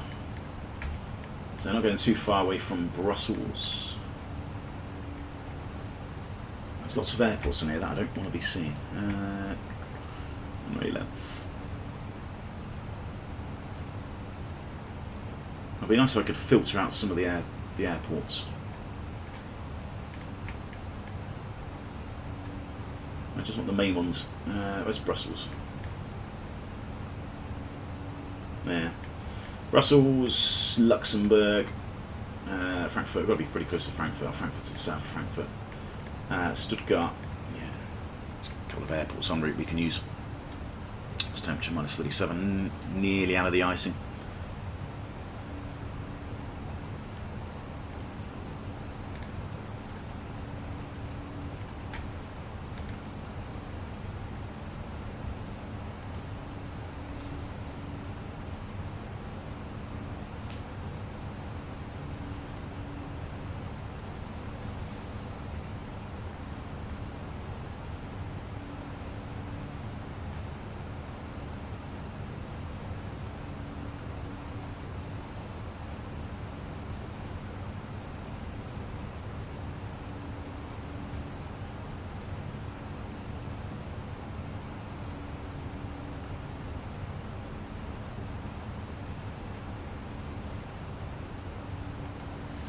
Go on, minus 40.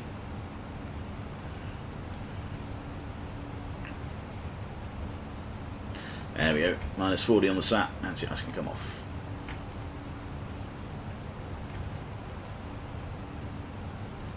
Right, so let's just have a quick start looking at this, because this flight happens really, really quickly. So you kind of want to sort of get the brief over and done with as sort of fast as you can. So let's, where is it? That one. So that's what I'm probably likely going to do. That one.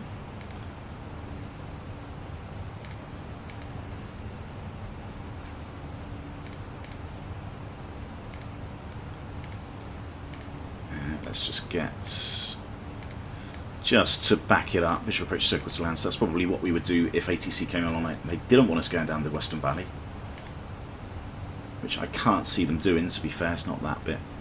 And we would do the Loch DME East. One of these, can never remember which one.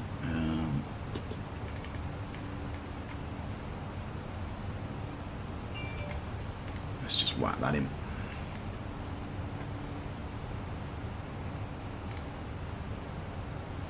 So this is plan A. Not that one, this one.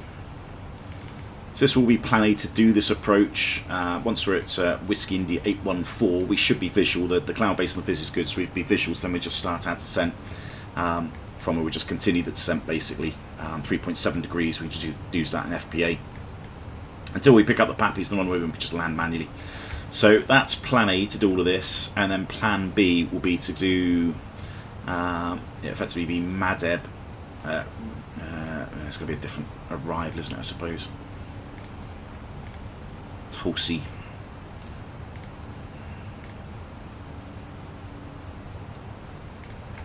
Yeah, so plan B is then to go to Tulsi, Rattenberg, and then effectively what we would do would be the Loch DME East approach. We can have a land visually off this. In fact, let's go. I don't think we can do it at the winds. But we could do the RMP approach. Oh, that's the wrong one.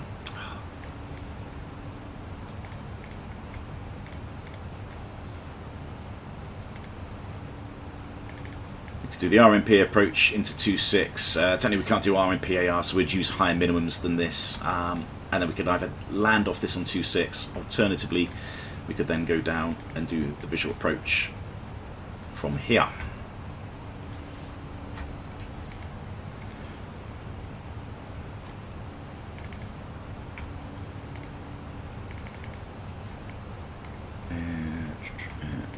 Actually, changed my mind again. Special. I'm not too sure the difference between the Loch DME special. Now this procedure requires authorization by Austro Control. I suppose we probably would have that.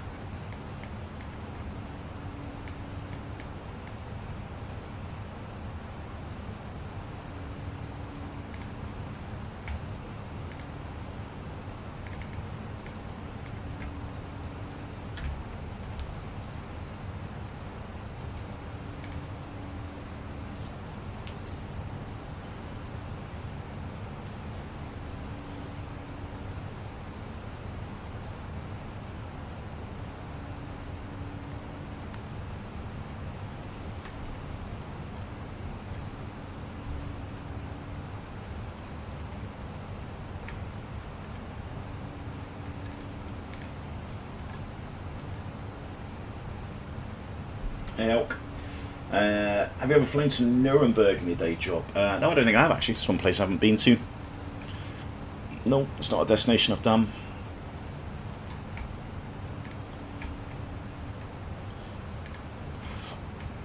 Let's get the arrival weather.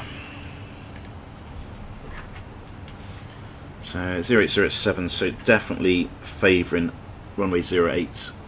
Good viz. 7 degrees and 003. Put you back in. That's a pretty high minima. It is, Josh, yeah, and what you will probably find is you won't be able to put it in here either.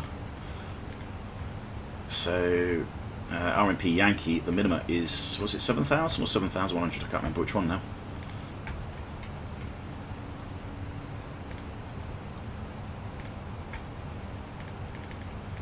So yeah, 7,100 feet. But if you try and put it in here, which is one of the gotchas which is in the brief, you can't actually enter it. So it's something that we're just going to have to like bug. I suppose on this one we can bug it, can't we? We're pretty much there anyway.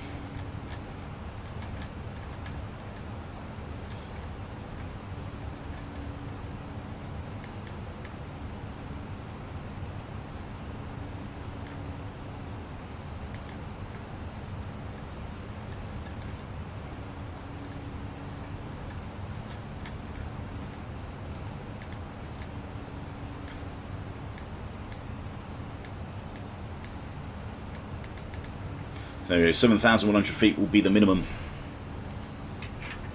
No, it's very high. Yeah, I would have thought RMP Zulu is better. It is. Now, what do we do? We can do the RMP. We can do the RMP Zulu in real life. This just depends really how you want me to do this. So I can do the RMP Zulu, but the thing is, the RMP Zulu is you can't use, well, I mean you can if you want, you can use it, but in real life for us, where is it, AR? So this is not an RMP Zulu AR approach for us in real life.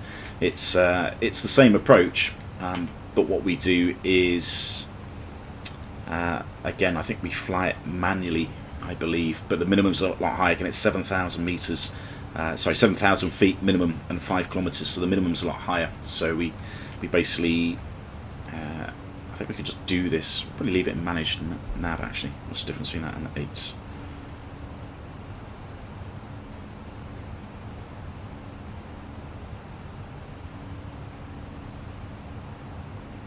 In fact, we don't even have the 08 in our charts. Yeah, I don't know. How would you prefer me to do? I mean, I'm going to throw it back to you. I mean, this is quite an old aircraft, so would you prefer me to do the RMP Zulu or the RMP Yankee? It doesn't really make much difference to the minimums, because the minimums are the minimums. I've got to stick to them.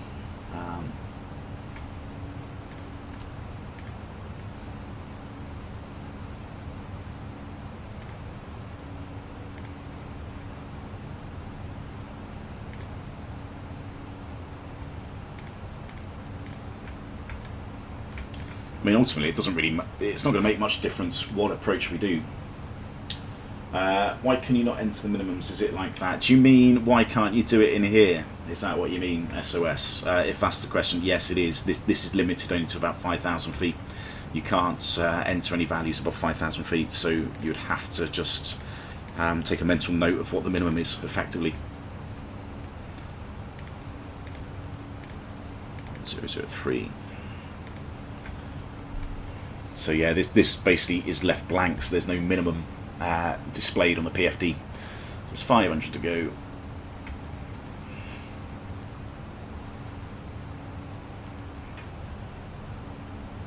Which I think Fenix have only updated this recently, because I do remember flying the Fenix before when you could actually put any value in there, which wasn't quite correct. So yeah, I think they've actually done a pretty decent job there to replicate that as well. This may seem daft, but when you're going to Vatsim, do you need to pre-file a flight plan on Vatsim, guys? I believe you do, Sean, yeah. Smack out star.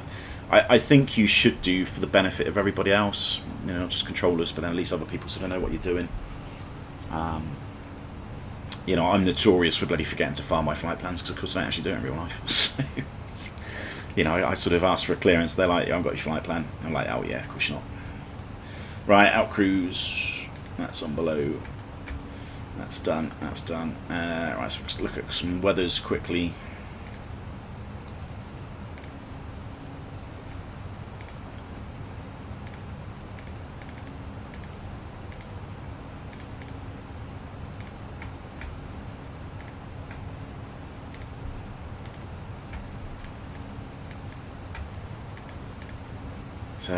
Brussels, westerlies, good veers, bit of clouds, that's fine, that's all nice. Let's have a look at Luxembourg.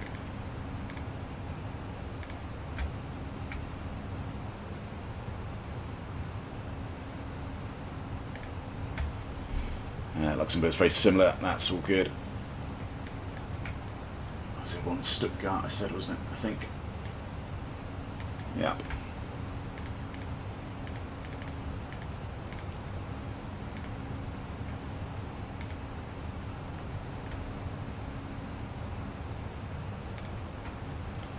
Stuttgart is also pretty good, but broken cloud, but that's fine. So all the weathers are generally fine where we are, where we're going, and we can see the weathers on here. So arrivals, already checked that, that's fine, and Munich's the alternate, and that's good as well. So we can get into Munich if we couldn't get into Innsbruck for whatever reason. So, yeah, I don't know, but it's up to you really what you prefer me to do, whether I want to do the Yankee or the Zulu.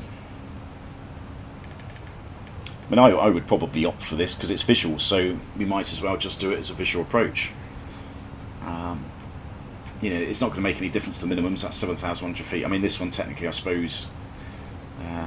Which one is it? Where is it? Zulu.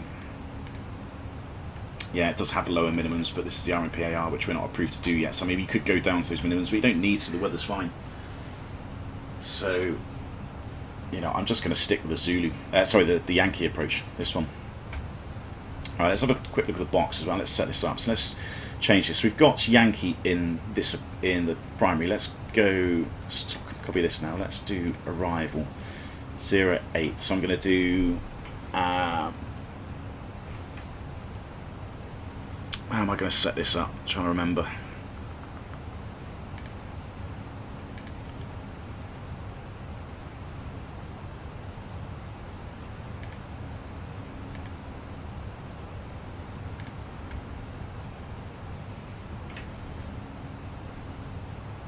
It's always when I need two flight plans. No.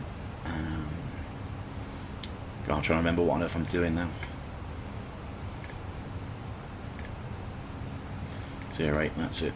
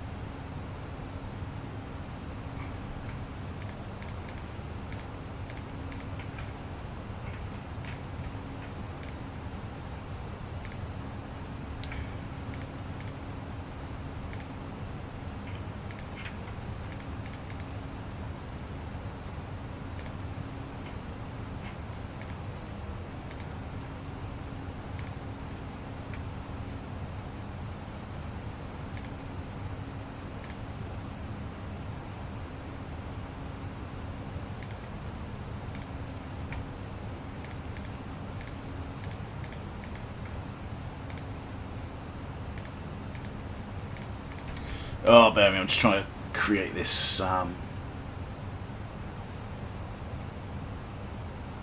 in fact, I don't even need to do it, do I really? Doesn't make any difference. I was trying to create the circuit, but it doesn't actually really make any difference how I do it. If I do need to do the circuit, then basically we'll just re-input a different approach. We'll do like the lock DME, go down here, and then it's 4.2 miles from the OEV, make a left turn 230 degrees track, which is this bit, 230 degrees down there, and then we turn right again 264 and just basically fly this circle approach. It says there's a visual cue at AXAMS is on the approach. We should be able to see that nice red spire.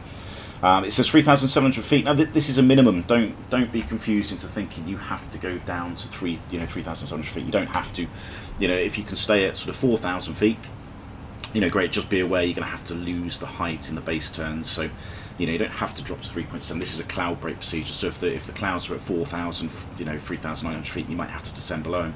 But when it's nice and clear, you can go down to 4. So there's no real major issues with that. So let's have a quick look at the brief again, just in terms of what we're going to do. Let's go back to the arrivals.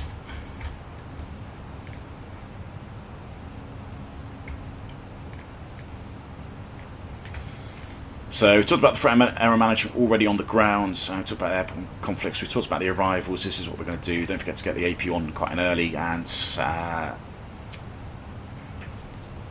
make sure the cabin's secure. We make full use of the secondaries. So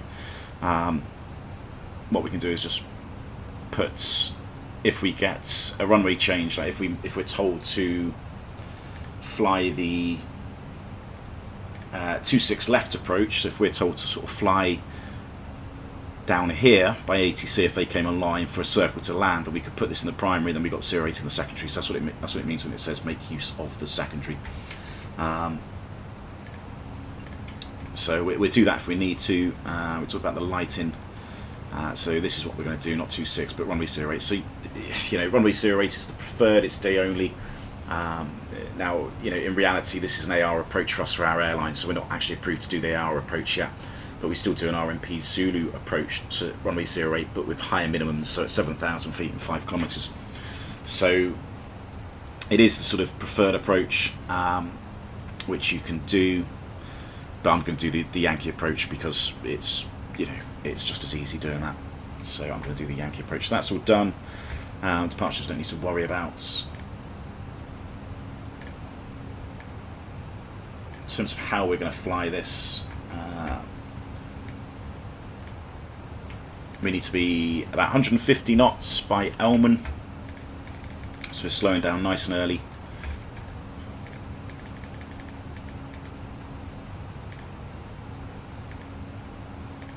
So you can see Elman there will be 150 knots, and before we start the actual descent, which is, where is it? Descent starts at Whiskey India 810, so we actually start going down at Whiskey 810. It would be configured landing gear down, flap 3.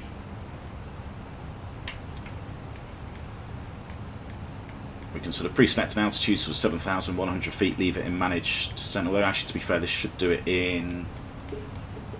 actually do it in final approach. So we can leave this in final approach. And then we need to be visual at Whiskey India 814, and from there we just continue down the Western Valley until we pick up the actual airport itself and just land.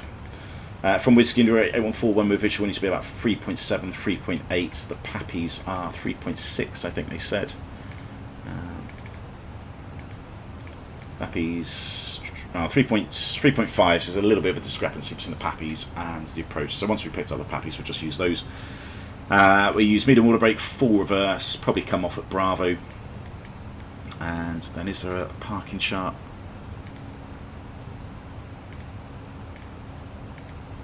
Don't think there is actually, is there? There's sort of, there are stands, but there aren't stands, if that makes sense. There's no sort of lines to sort of guide you onto the stand. So we're just picking a suitable stand and just park up there. What else is there to talk about? We've talked about that. We'll turn the APU. So what we do is when we transfer it over to the APU bleed, we'll turn that on. We'll turn a pack off, then we'd put the bleed on, so the bleed would be supplying a pack, and then we'd turn the other pack on after that. It just prevents any sort of bleed surges in the pneumatic system.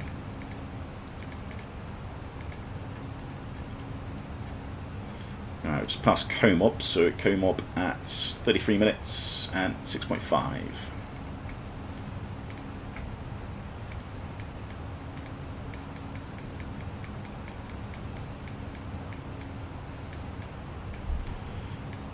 Comob was about 31 minutes, so yeah, probably about there, and we took an extra 3 tons, didn't we? So which is 6.5, which is pretty much bang on, that's what we got. So fuel check is done. Top of drop is a bit further up here. In reality, Germany do descension pretty early. What I do want to put is 150 knots in Elman.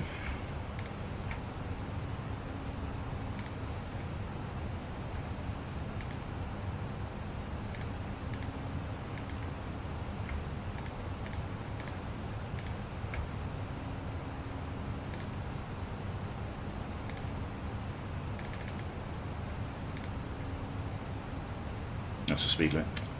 One has a waypoint. This seems to be improved as well.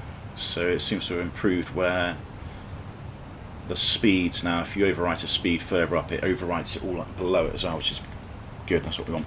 Missed approach. I suppose we need to talk about that as well. If we do the missed approach, it's an INAV missed approach. We go Whiskey India 006, 005. We can leave this in managed nav. We are climbing to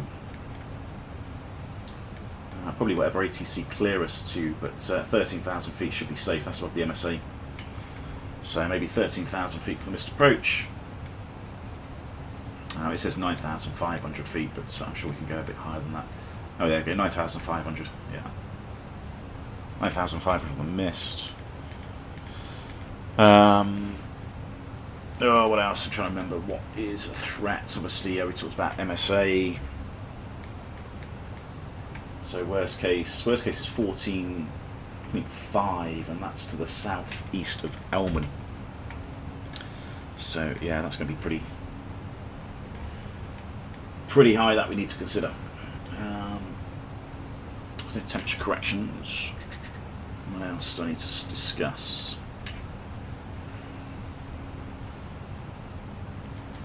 Not too many other things, I don't think.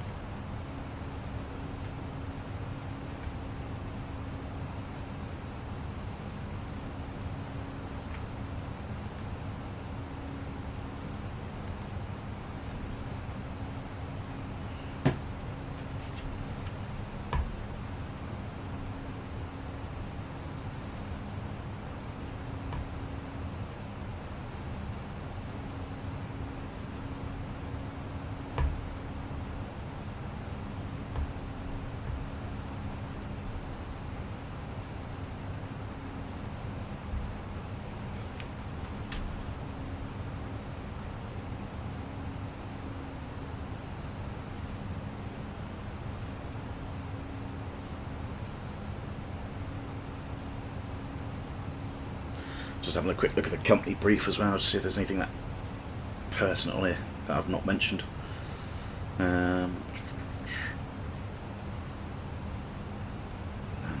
Discuss that. Discuss the MSA.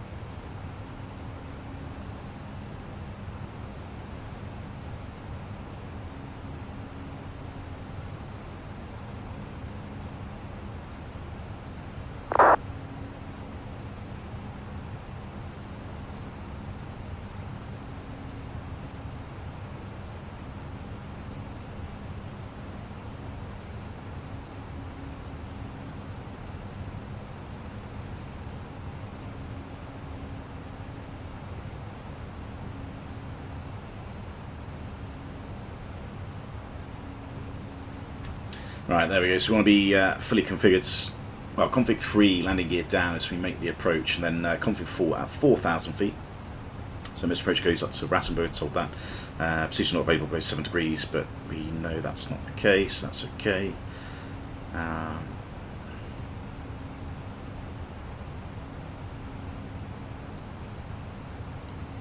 So yeah, gear down, flaps 3 before top of drop. Flaps 4 at 4,000 feet.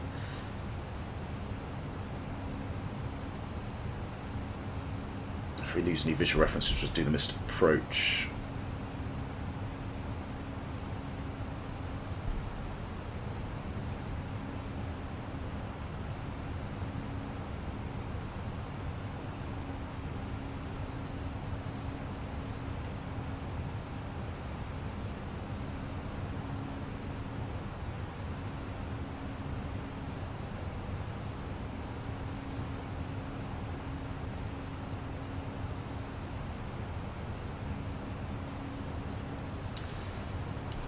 Good.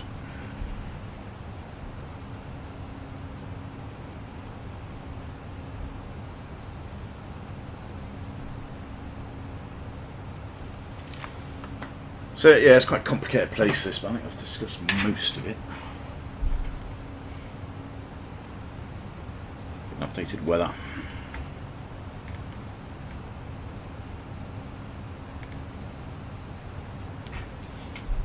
So 90 degrees at 7 now.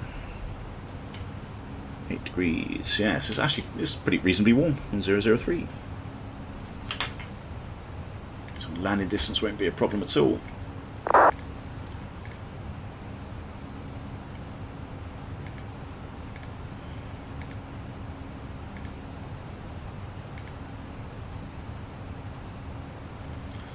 what's our landing weight going to be? 58, 59. Plus 5, so 64.5-ish.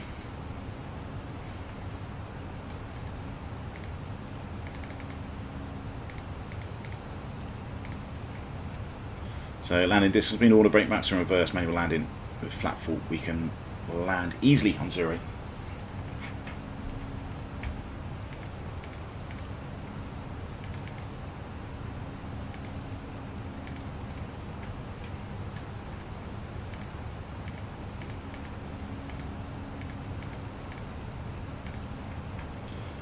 No, that's not it, is it? What's L? Is it LMEM?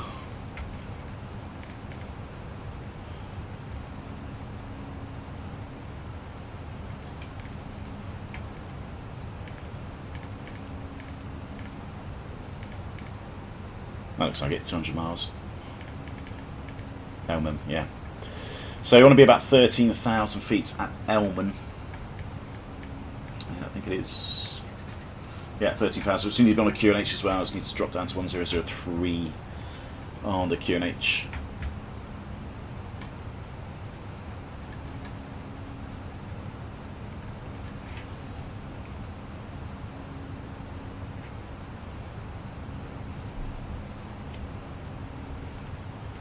And of course we're expecting the autopilot to be disconnected after, was it Whiskey India 814?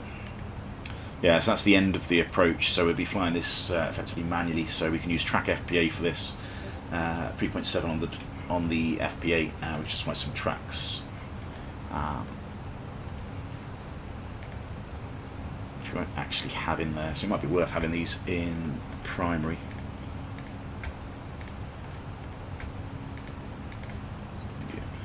So 6.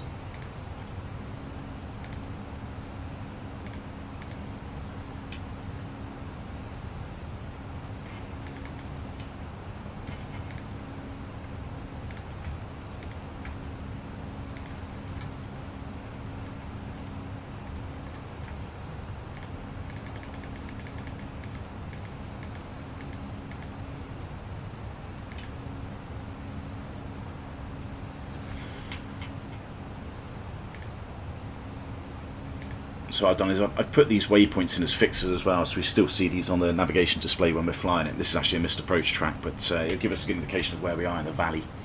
We should be visual anyway, but so it's going to be flying this manually, so we know if we're roughly over these waypoints.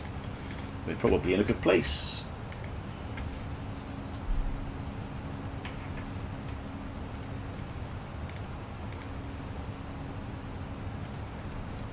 So I need to lose about 20,000 feet. What's that? 22 really technically, isn't it? That's 66 miles. Bit of a tailwind as well. Plus another 6 miles of that. So 66, 72 miles. We need to be roughly descended about 72 miles away from Elmans and about 100 miles to go.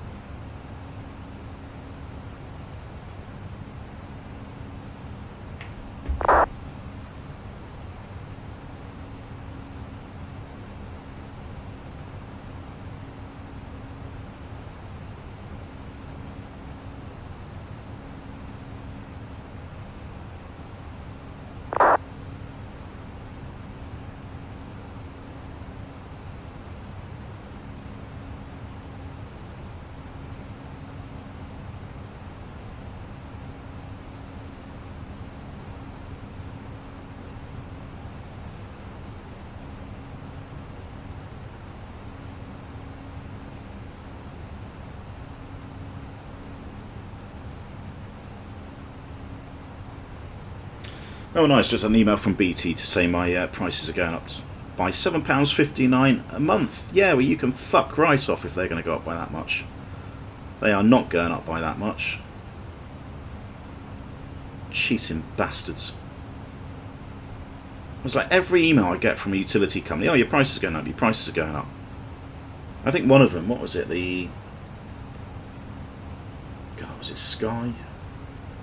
I can't remember. What somebody said I was gone up by a couple of pounds. I thought, yeah, I can do that. That's fine. But I mean, we're talking about that's got to be almost like 25% of my line rental and broadband going up by nearly £8. Yeah, you can fucking jog on, mate. If you think I'm going to be paying that much, then you got another thing coming.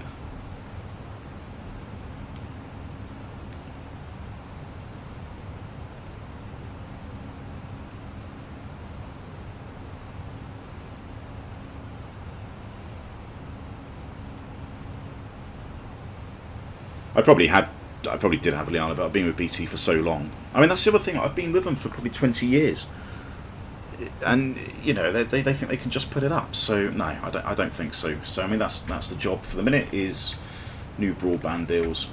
Let's Google that. Broadband deals.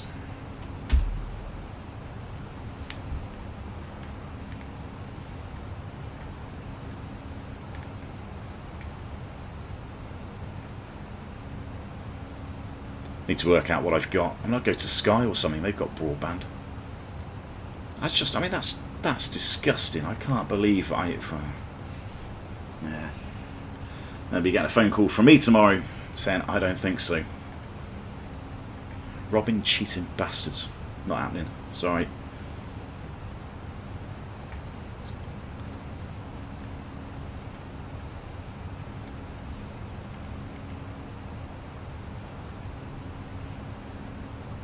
So 65 quid a month for fibre.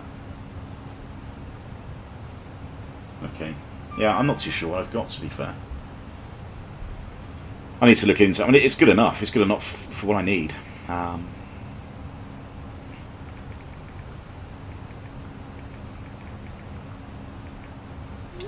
I'm just going to go, I'm just off air and I'm just going to double check something outside the neighbour's front door. I'll be back in a second once off the air.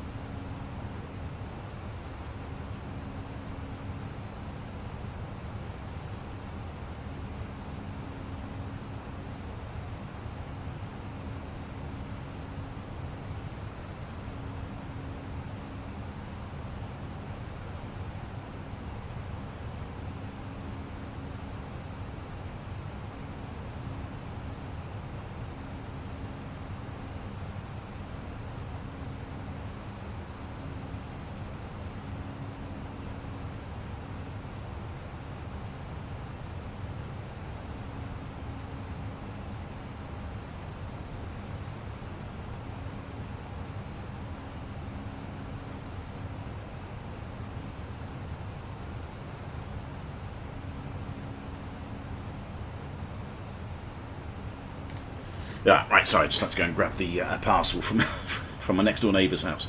They're not in, so I had to go and grab it. It's going to be very similar. I use Virgin, but I have to do it on. So I hate Virgin. I absolutely detest Virgin. Yeah, I just have never had good experience. Their TV is utter shite. I mean, their internet might be okay, but I wouldn't really touch Virgin with a bloody fucking barge pole. I might have to look at Sky or something, see if they can do me a deal. But BT, I mean, you profiteering bastards. How they think they can bloody increase my bill by, you know, effectively 25% overnight, I don't know.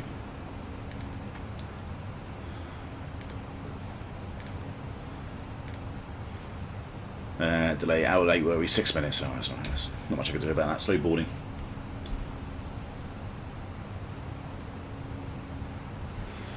I will counter their offer. I'll say, right, you can increase my bills by 50p, and then that's it. You can get a grand total to be an extra £6 a year.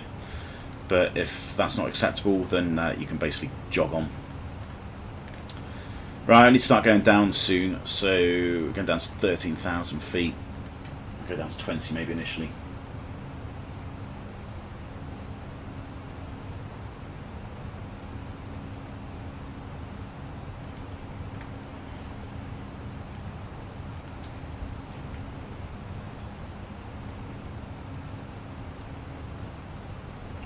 I was looking at that scope, that's it.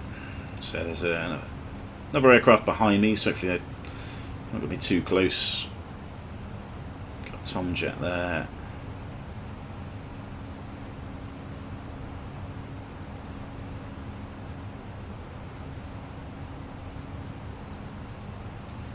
Apparently a bit of Munich control.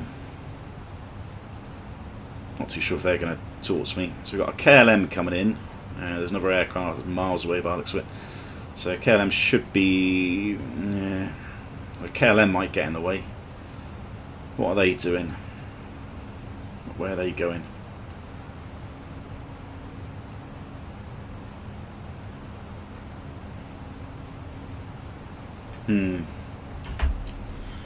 Right. Let's do a poll. Let's do like a... There's a KLM somewhere over here. What's the chances he's going to do the wrong approach? Or he's just going to get in the way of people?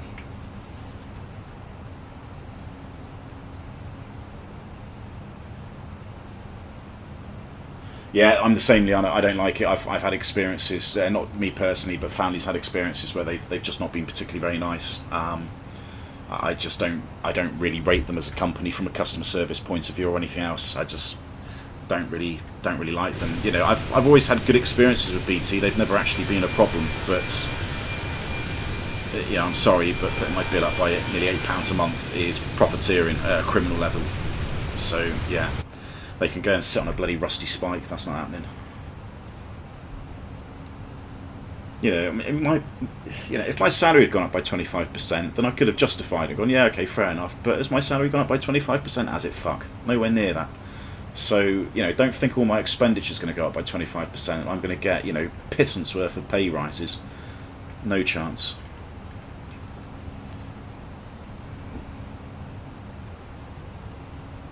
Oh, I could do another drink.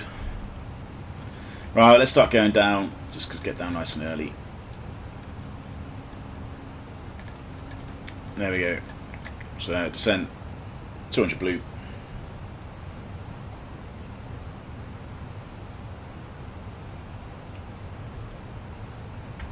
I should always stream the phone conversation, shouldn't I? Just actually just put that on YouTube.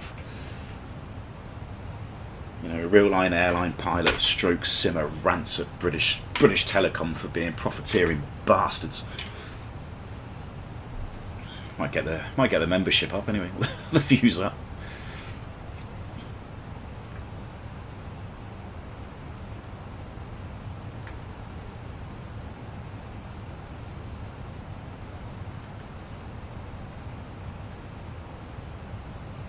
It's not how the math works. Well, yeah, I know, but I mean, simplistically, it does, doesn't it? You know,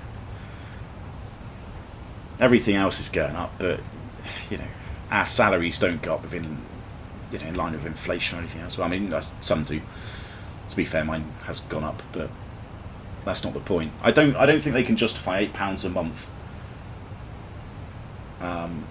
You know, I don't think that's in line with inflation. I'm fairly sure their costs have not gone up by 25%. And inflation certainly hasn't gone up that amount.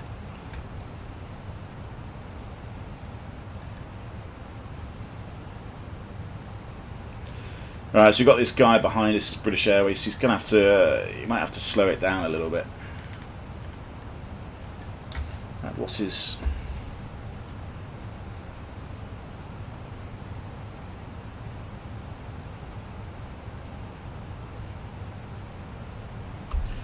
Alright, let's see if I can send him a message.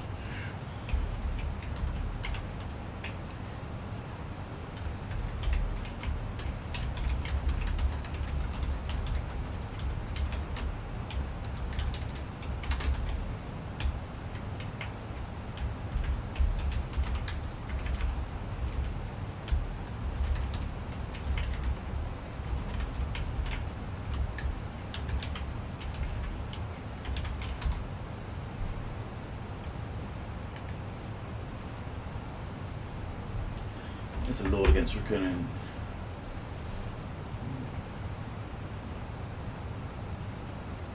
No, I know, it's not.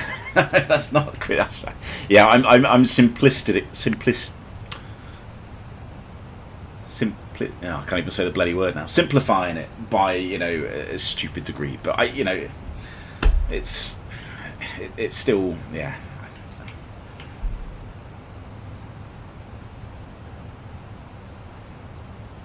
There's a law against recording. Yeah, probably is actually, isn't there? Yes, for the benefit if you're recording you live on YouTube. Yeah, that's probably not the way to go. It's not going to win me any friends, is it? All right, let's get down. Okay.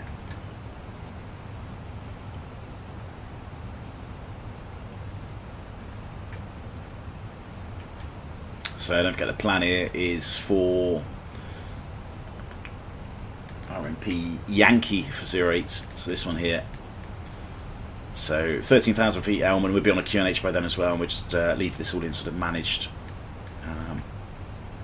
fine approach. It will go down at Whiskey India 810, so that's when it should start going down the slope, hopefully, if it works. A few height checks there we can do down to a minimum of 7,100 feet, and then we just fly this manually from 814.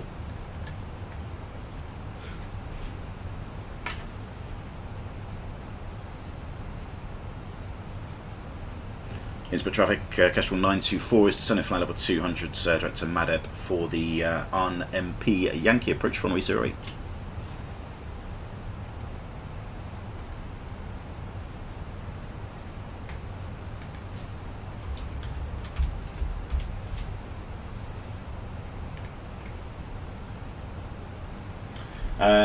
Do you find Fenix better than PNG? I don't fly the 73, Peter. I mean, by all accounts, the 737 is very good. You know, I'm not going to criticise the product because I actually like PMDG as a company and their products. You know, they are very, very good. You know, the 747 that I used to have, you know, years gone by, that was very, very good. So, no, I think it's fantastic. But, you know, whether one works better than the other, I don't really know. I just don't fly the 737 because, I mean, I just generally don't have a clue what's going on. Right, let's secure them anyway because we said secure them early. So, get the cabin done.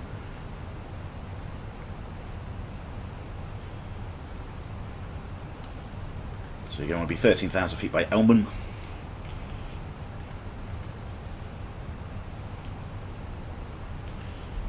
Hey Dave, how you doing? Yeah, it's the first time I've been in Innsbruck on Vatsim because Vatsim's always a bit chaotic, isn't it? So I'm hoping it's going to go relatively smoothly. I think the fact that we're on 08 is almost it's almost helpful because it's kind of like dictating the way you have to go in and out. I think when it's on 2.6 it becomes a bit more of a free-for-all and people doing circle to lands on 08 and all sorts of things. It's just a bit nuts. So I'm hoping it's going to be pretty straightforward.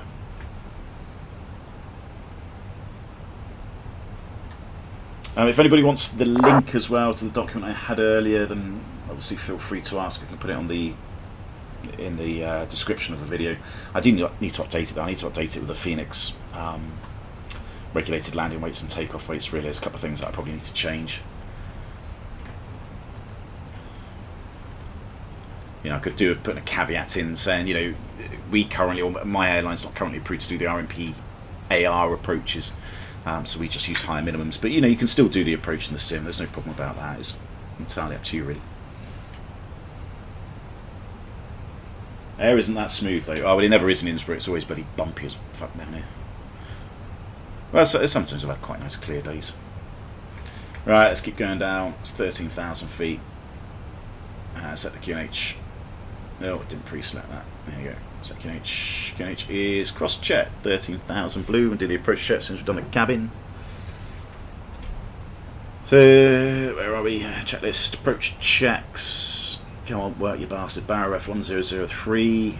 Seatbelts are on. Minimum is... We don't have a minimum selected, but we know it's 7,100 feet is the minimum. Water breakers medium, and the EFBs are stowed, and they can be disconnected. Approach check's complete.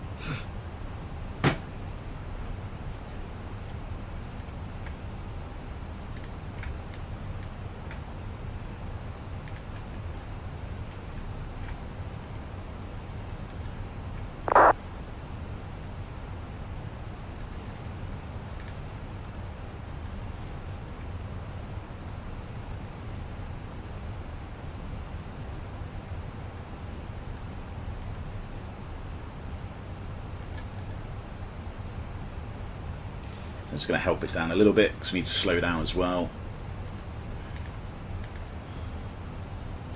270.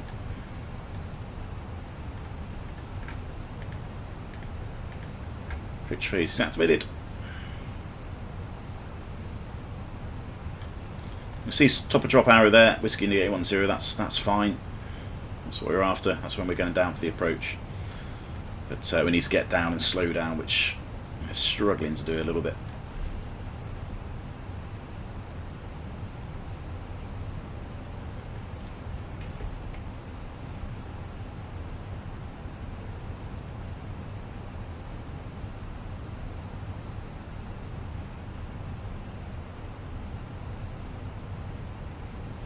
Yeah, there's the KLM, going to get in the way, obviously. No situational awareness of what other people are doing. So it's a bit hard to make out the Western Valley at the minute, but it's over here somewhere. So I'll be flying down here. We can see the cloud base isn't too bad, so it's kind of what we're expecting. It's 12,000 feet, I think, scattered, but fewer at sort of 4,000 feet. So visibility and the cloud base should be pretty good.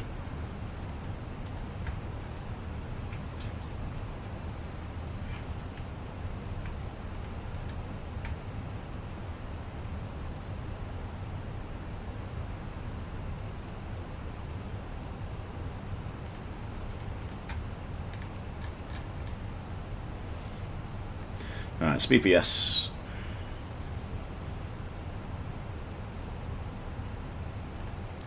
Let's get the AP on.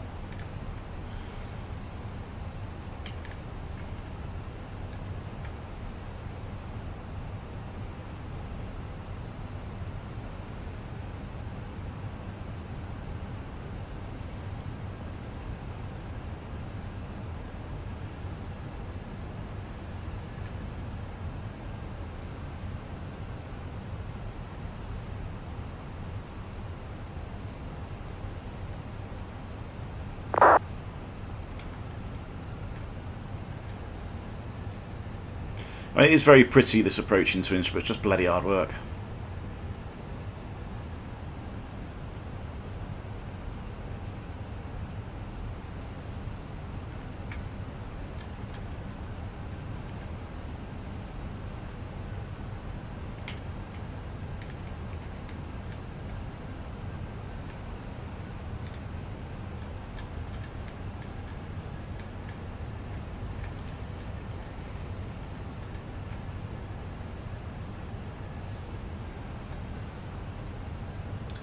Right, the APU is available now, which is good. So we're just going to reconfigure the bleed system. So what we're going to do is we're going to turn one pack off, just disregard any ECAM that comes up, get the bleed on. So that's going to pressurize pack 1.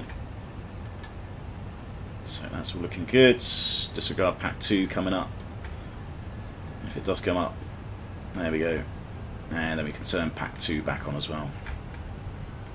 So now the pack's being supplied by the APU, so that just means all the engine thrust is available from the engines. So it's always good from a performance point of view.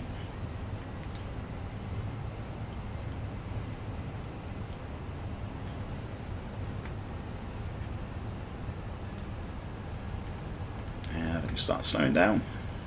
Any speed.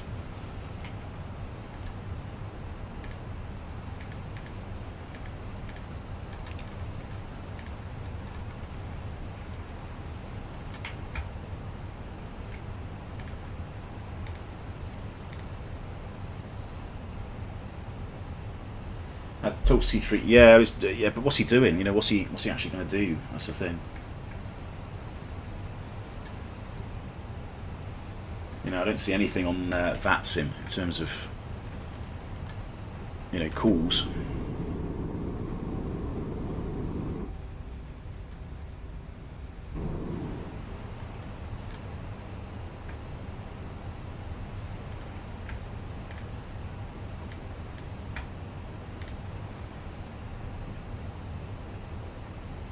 I am Sean, yeah, I'm still using FS Realistic, which I do think it does seem to do a pretty good job. Right, because you can see the Western Valley here. This looks like it here, so we're coming down here. Innsbruck's just probably behind these hills. So in terms of visual sort of aspect, I suppose we're looking pretty good. So let's go flat one, speed checks, flat one. Innsbruck traffic, Kestrel 924, 13,000 feet, approaching Elman for the RMP Yankee approach for runway 08. Should be on the ground in about 7 or 8 minutes.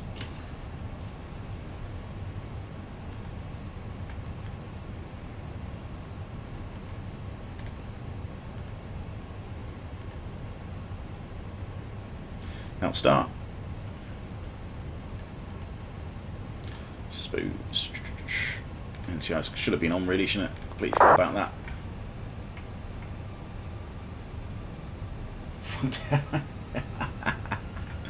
Love it.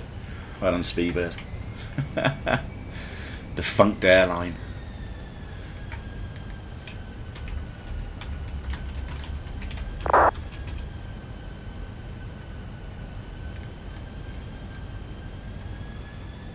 Alright, let's go flat 2, speed check flat 2.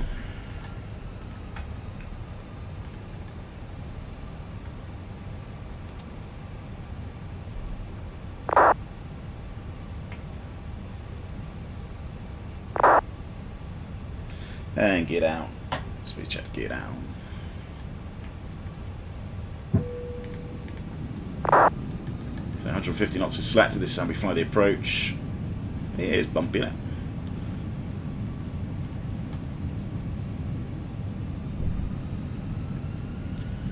Alright, final descent point is now the next waypoint, so we can arm the approach. So at nav.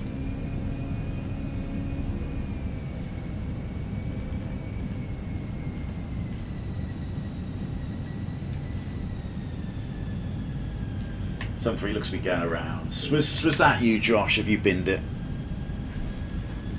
Can't be that bad down there. But loads of fuel anyway. Plenty of it. Flat 3, speed checked. Flat 3. So next event we should be going down on the approach Whiskey India 104, is it? Sorry, 814 is where we disconnect.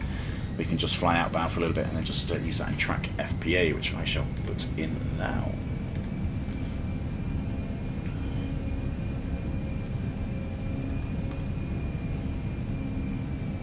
Final lap. Mr. Approach altitude is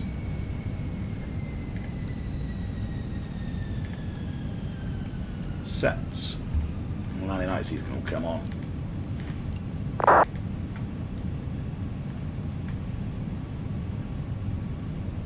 We just enjoy the approach now. The advantage of being in flat 3 is we can use speed brake if we need to. Seems to be accelerating a little bit. Should sort itself out.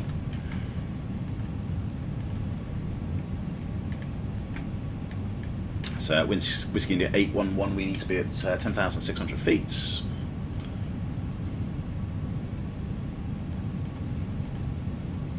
Visual now as well, so that's the next thing. So we are visual the approach, we're visual the valley, so I'm very happy we can satisfy the VMC conditions and land manually. So that's all good.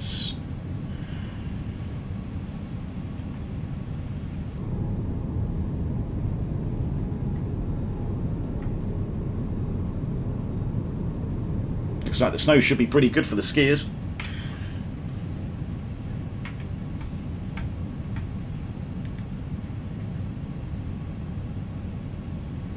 Yeah, you're just way too late in descent. Okay, fair enough, Josh. Yeah, see, descent management is very key in this one. Very key in this place. You've got to be on it. So, yeah, there we go. So it's 10,600 at 11. That's what we had.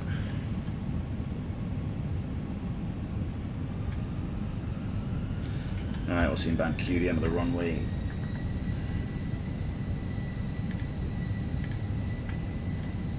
.077.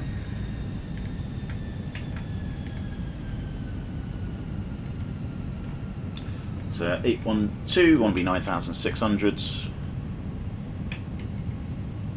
which maybe a little bit high. That's okay, can manage that.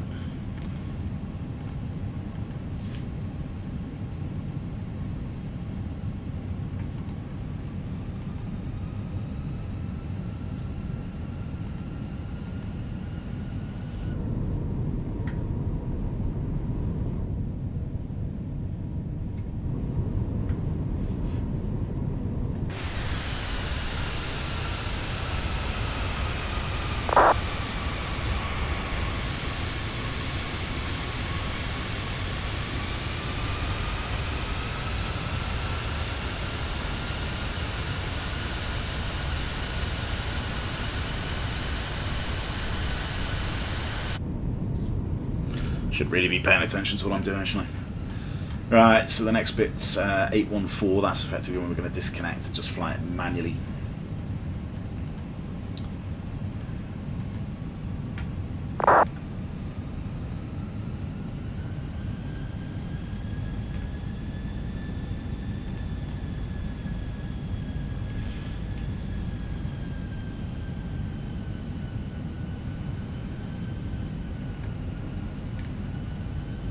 So 813, 8,300. This guy's really, really close behind me again.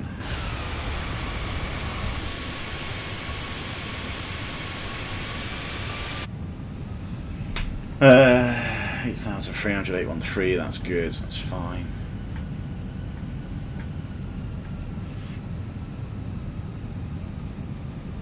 Right, I'm happy with this, I'm going to pull track. 813, 3.7 is the FPA. So we got FPA 3.7 track. Closer to 1.3.8 really, let's go 3.8. And visual happy to continue.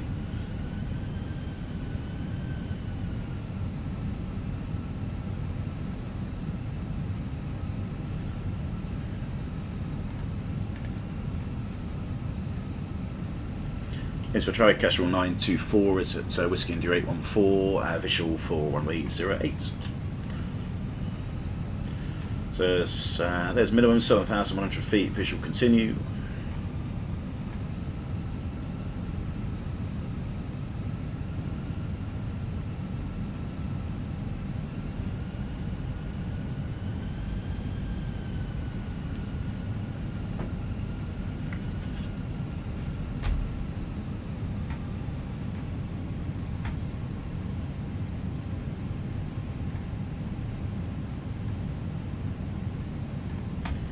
Alright, 110.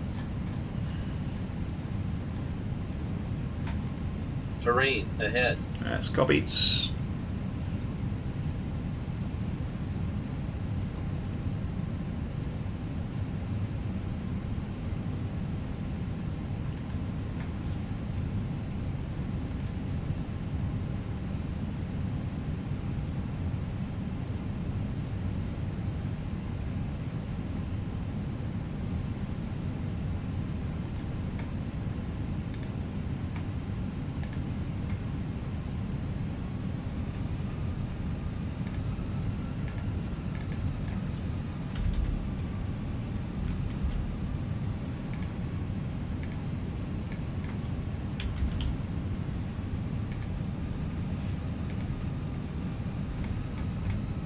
Don't think I'm going to get a landing rate thing in here again. I do.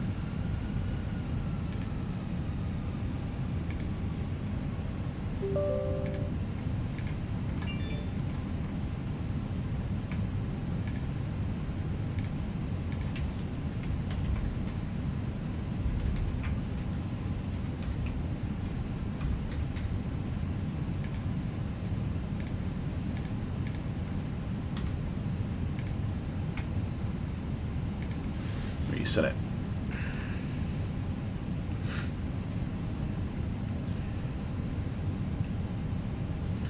So not quite visual the runway yet. It's going to be just around here. Is that it? That might be it there actually. A little bit hard to see from here. I can't quite see the pappies just yet. From Whiskey India 005, it's just the inbound track of 077. Right, so I'm happy going to land from that. Flaps full. Please check flaps full.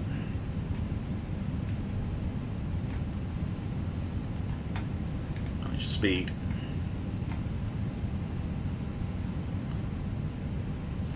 Right, so I'm going to fly the rest of it, so autopilot's off, 077. Terrain ahead. It's acknowledged. Terrain ahead. Flight director's off, auto thrust speed. Terrain ahead. Come on. Terrain ahead. Terrain ahead. Pull up. And disregard. Terrain ahead. Pull up. Landing checks cabin is good for landing. Going altitude 9,500 feet set. And Eco Memo is landing no blues.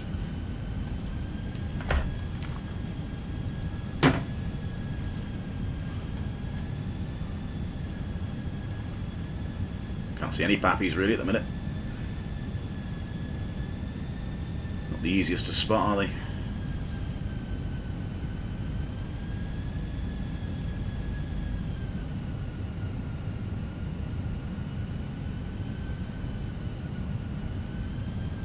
Innsbruck traffic, Kestrel 924 is short final, runway 08 to land.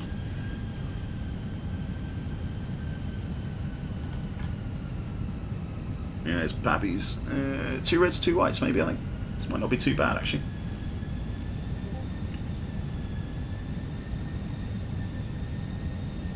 So there's some trees in the way, they shouldn't be there. Come on, get down.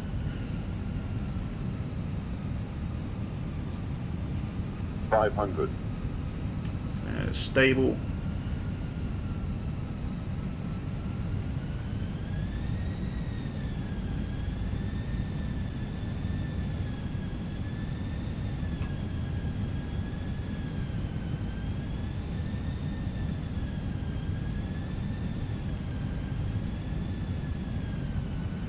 $100,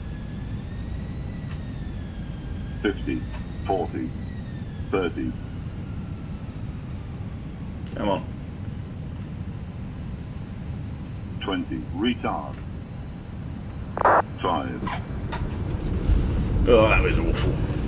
Spoilers, red screen, manual brakes.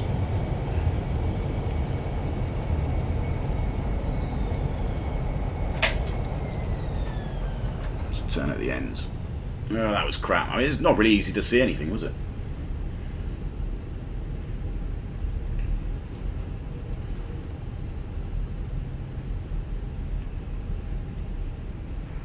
Innsbruck traffic, radar 888, pushback face west. Well, I think you could definitely class this runway as contaminated. It's not dry, that's for sure.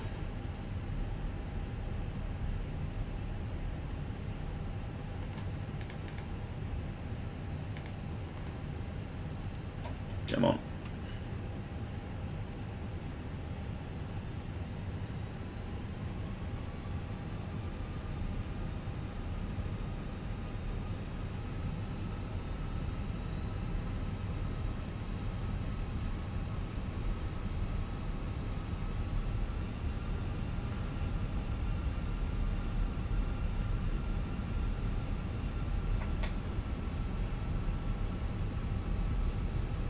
Trying to get off before this guy ahead of me.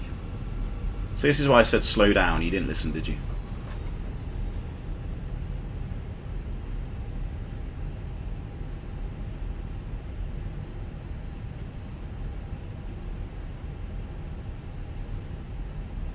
Where's my scenery gone? Oh, no scenery whatsoever. Traffic. Oh, shut up.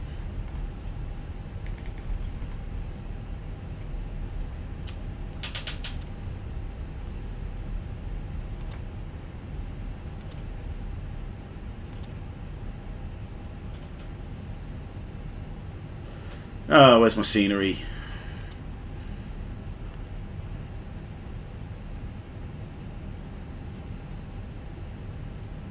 Well, no, it shouldn't be. It should be the bloody Orbx scenery, but obviously something's gone wrong. Ah, never mind. Let's just stop there. Get that on. Right, that's already on. That's off.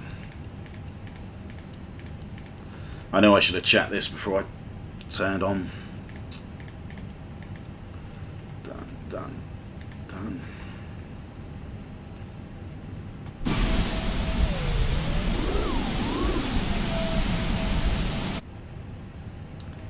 Oh well. Looks like Innsbruck's been flattened. There's no scenery whatsoever. It's just an apron. Just disappeared. Oh, God knows what's happened to this.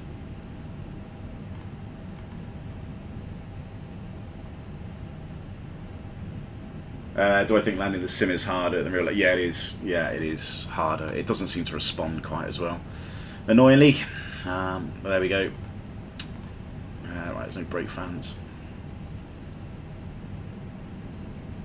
Come on, Ryanair, what are you doing?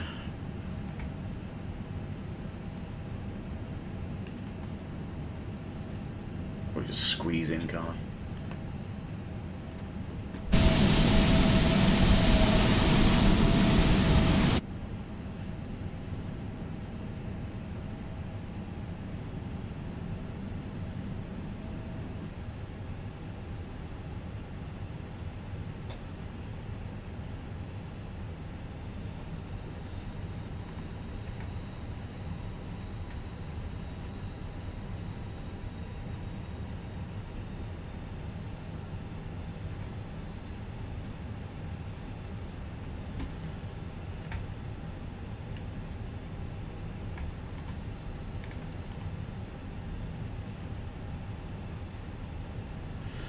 Right, let's park randomly next to him then. It's annoying because I checked that the scenery was in the community folder. Well, there was an Orbx Innsbruck thing in the community folder. Obviously not what I was expecting. Never mind. Right, that's on. About 3 minutes the engines must have done, yeah. And APU is on. Good. Engines are off. They're off.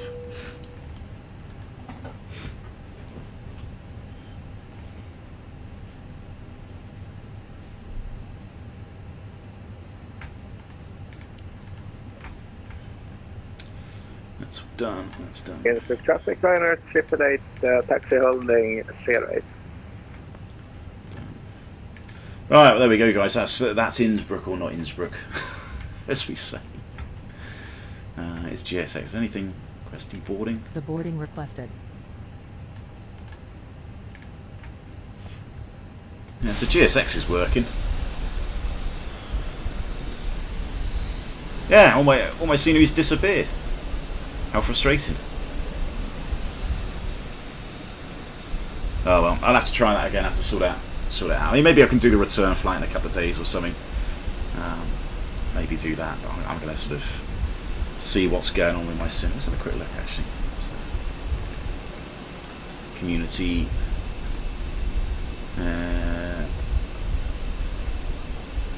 Yeah, Orbx Innsbruck. Oh, there's nothing. Oh, this folder's empty. Oops.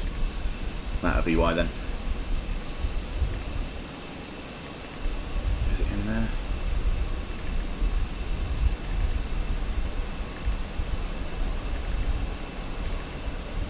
Nah.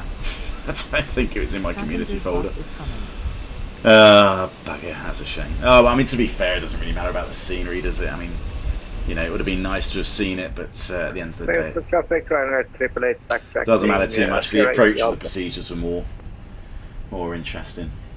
Runway closed, yeah. Right, I'm going to finish off there, guys, and thanks very much. Thanks for at least watching. It was rather comical, I suppose. In the end, I'm going to get on the phone to BT, I think, and tell them how they're robbing bastards. Yeah, try and fight my battle with them and then go take the dog for a walk. But yeah, cheers guys, thanks very much. Hope that was relatively enjoyable, at least the approach. I mean, it doesn't matter too much about the scenery, does it? It was more just flying the approach was the more important thing. Yeah, hopefully I won't be on tomorrow, but I might be on Wednesday, I think. I'll go back to Friday, I think. But yeah, it might be on Wednesday, may even be on Thursday, not too sure. But thanks so much guys, have a good day, have a good Monday afternoon, and the rest of it. And yeah, speak to you all soon. Cheerio.